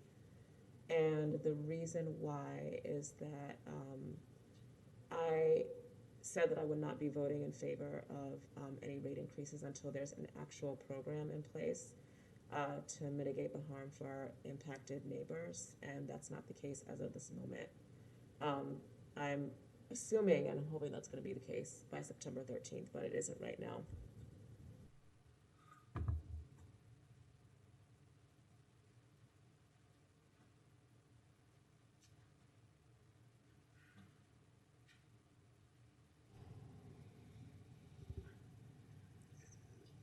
Ms. Gainey, can you increase the font size?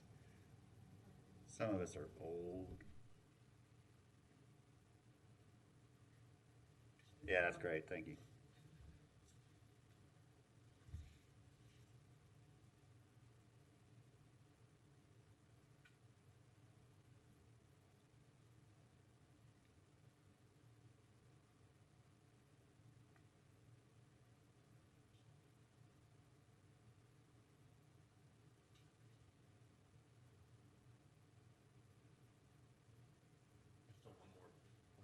Yeah, there's actually a couple.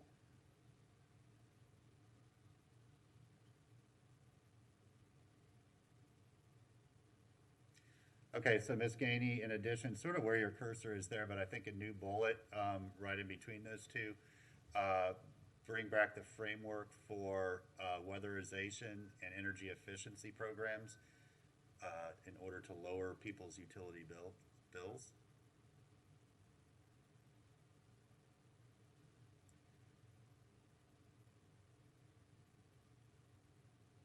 And then I think a new bullet at the bottom. That's fine right there. It doesn't matter. To allow commission ARP referrals to equity and inclusion to also go out to appropriate staff and other departments for analysis.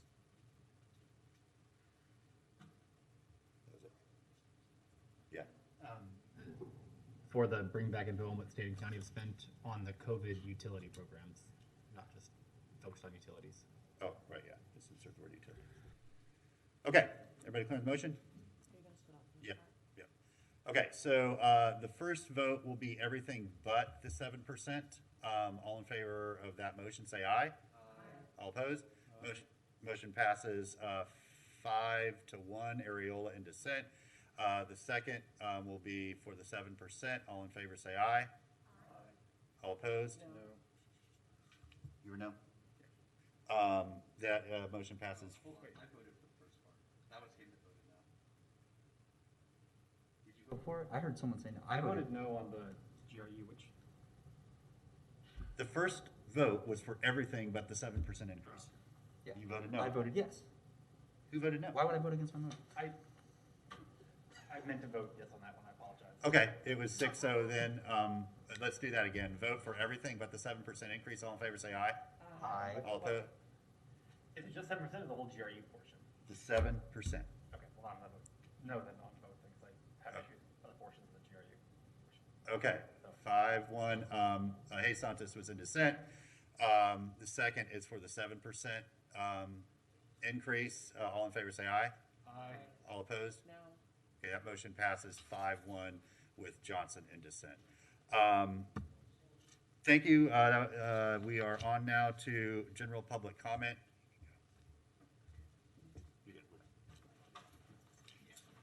I'm sorry. Well, Ms. Rasnick, I'll get you after general public comment.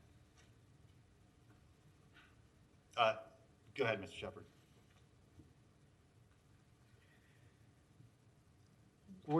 My name's Donald Shepherd, and as people's representative, this is something that is going on here, is going on Lamplighter. Keep raising the rent, keep raising fire assessment fee, keep raising the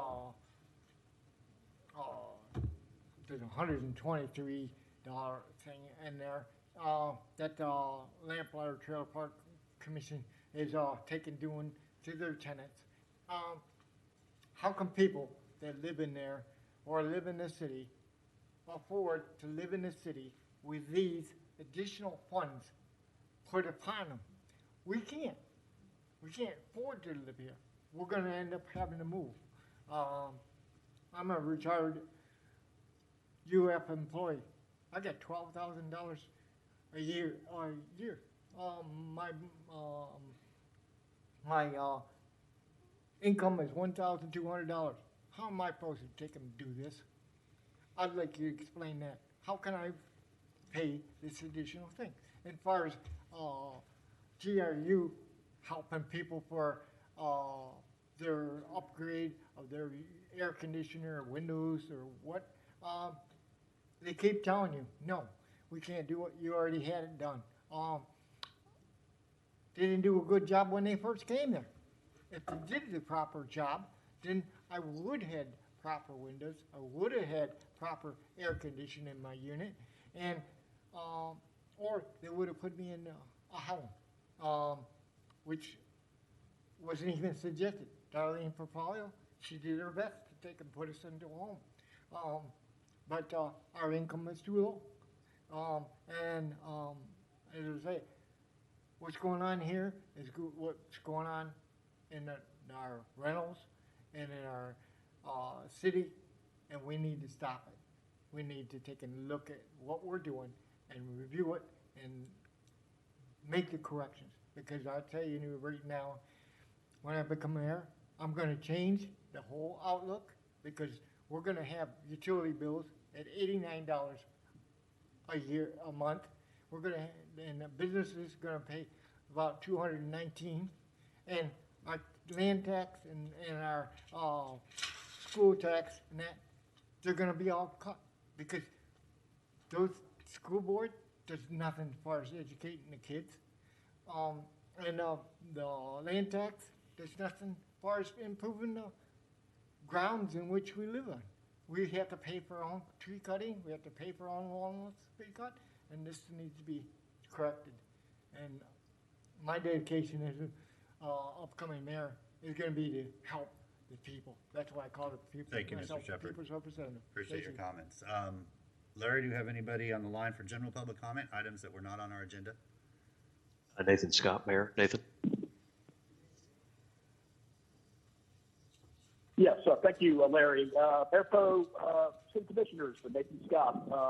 Again, it's sad that the mayor of the Gainesville City Commission just discussed approving the largest multi-year rate increases, GRU rate increases in GRU's history. You know, Mayor Poe, you talk about fiduciary duty, is absolutely comical. 5 debt downgrades since 2012, not even a decade, 5 under your tenure, and you're the one for 6 and 7. You know, you're making up the excuse that you have to raise rates. No, you don't. I provided a proposal that would have avoided a rate increase in FY22.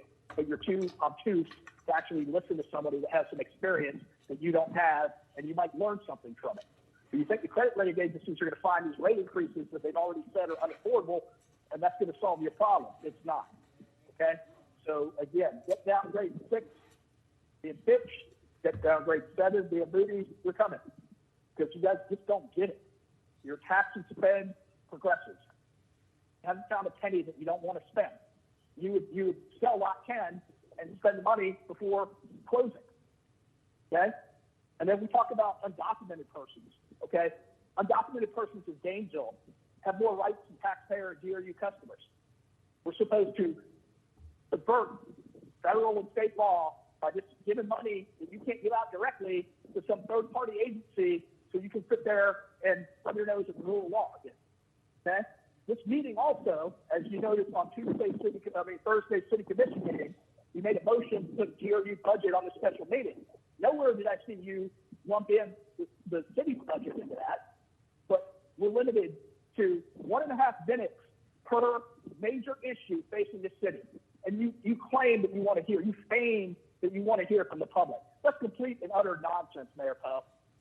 Commissioner Ward, you should be proud of yourself because your token $2 million reduction to the GFT didn't pass the smell test with S&P. Go read the report. $32 million. It was an avoidable debt downgrade. It's on you, Commissioner Ward. It's on you, Mayor Poe. You're the swing vote.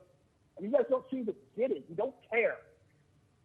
And your only recourse to your failed policy, mismanagement, malfeasance, negligence, and ongoing financial mismanagement of GRU is to have taxpayers or GRU customers subsidize your problem.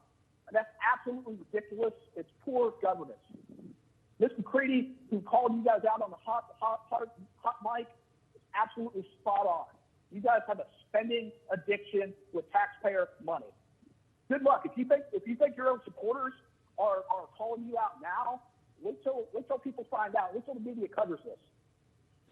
Because it's just ridiculous. You guys are completely tone deaf and agnostic to reality. You live in a fantasy land, a progressive fantasy land with your pet projects.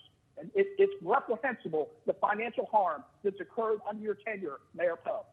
$60 million alone in additional Mayor, borrowing that's costs. 3 minutes. Commissioner Ward, you've been on the commission for 6 years now. Thank you You so are much. part of that too. We'll turn back to folks inside the chambers. General public comment. These are for things that weren't on our agenda.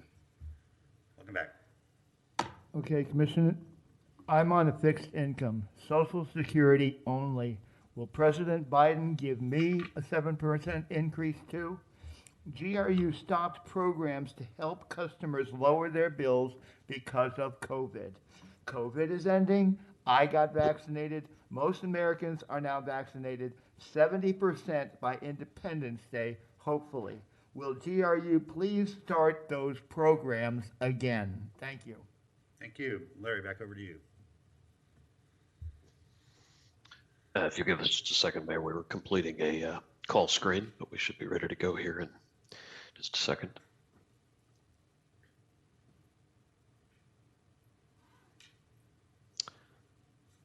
Let's see. I believe we've got Debbie Martinez back on the line. Yes. Go Yes, ahead. thank you so much. Can you hear me okay? Yes. Can you? Okay, thank you, Debbie Martinez. You know, there's really absolutely nothing progressive about what you've just done now and what you keep doing with your spending. When you keep raising GRU bills, that's not a progressive policy. That's a regressive policy. Lower income people are the ones that are being punished by this. They're the ones that are being hurt the most. And this is like a death by 1,000 cuts. You are creating more poverty. So until you realize that you have to be the ones to cut your budget, you're the ones that need to put freezes on your automatic pay raises. You're the ones that need to learn how to manage the utility, because you can't keep putting it on the backs of the poor. You're just creating more and more and more poverty. Thank you. Larry, we don't have anybody else in chamber. Mayor, I believe we have Armando Grundy Gomez on the line for one more comment.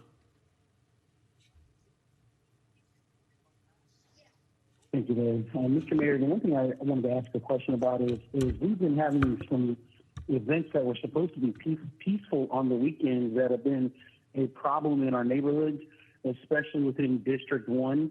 It seems to be known as now Shoot 'em Up Sundays, because a neighbor of mine in Duval Heights had her home, around her home was shot at about 23 times. I believe she met with Lee Feldman, wanting to Miles Hamilton. And then again, this past weekend had more shots fired.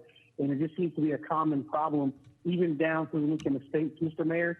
Another problem and concern is we have people going up and down the road 85, 90 miles an hour. If somebody could confirm in Legistar that there's indeed a moratorium on speed tables within the city. I'm not aware of any, couldn't find any.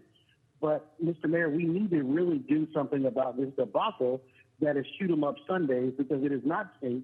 It's not anywhere hospitable. We've had 2 murders within District 1 right near the Waffle House. And then the other thing, Mr. Mayor, that I want to bring to your attention is our neighbor's concern with the Waffle House and the exit. It just doesn't seem to be any clear communique going on there. And I definitely would like some real feedback from not only the developer, but something that works out more equitable so trucks could get through, not necessarily a narrow road that's back there, but it's really a debacle. So if somebody could actually help us out there, I know our commissioner's not there today, but I know she's actively working on it. But I just want to understand why the zoning board or staff would approve something such horrendous to put exiting traffic on a narrow road with on-street parking where not even a truck is going to be able to go through there. It just doesn't make any logical sense for zoning or anything of that nature. So that would be great if we could address one, the shoot 'em up Sundays that's going on, the violence that's happening, because I know that my neighbor met with Marty Niles Hamilton met with Mr. Feldman a couple of times, and if we could address the speed tables and we could address Waffle House. Thank you. There, those are all our speakers.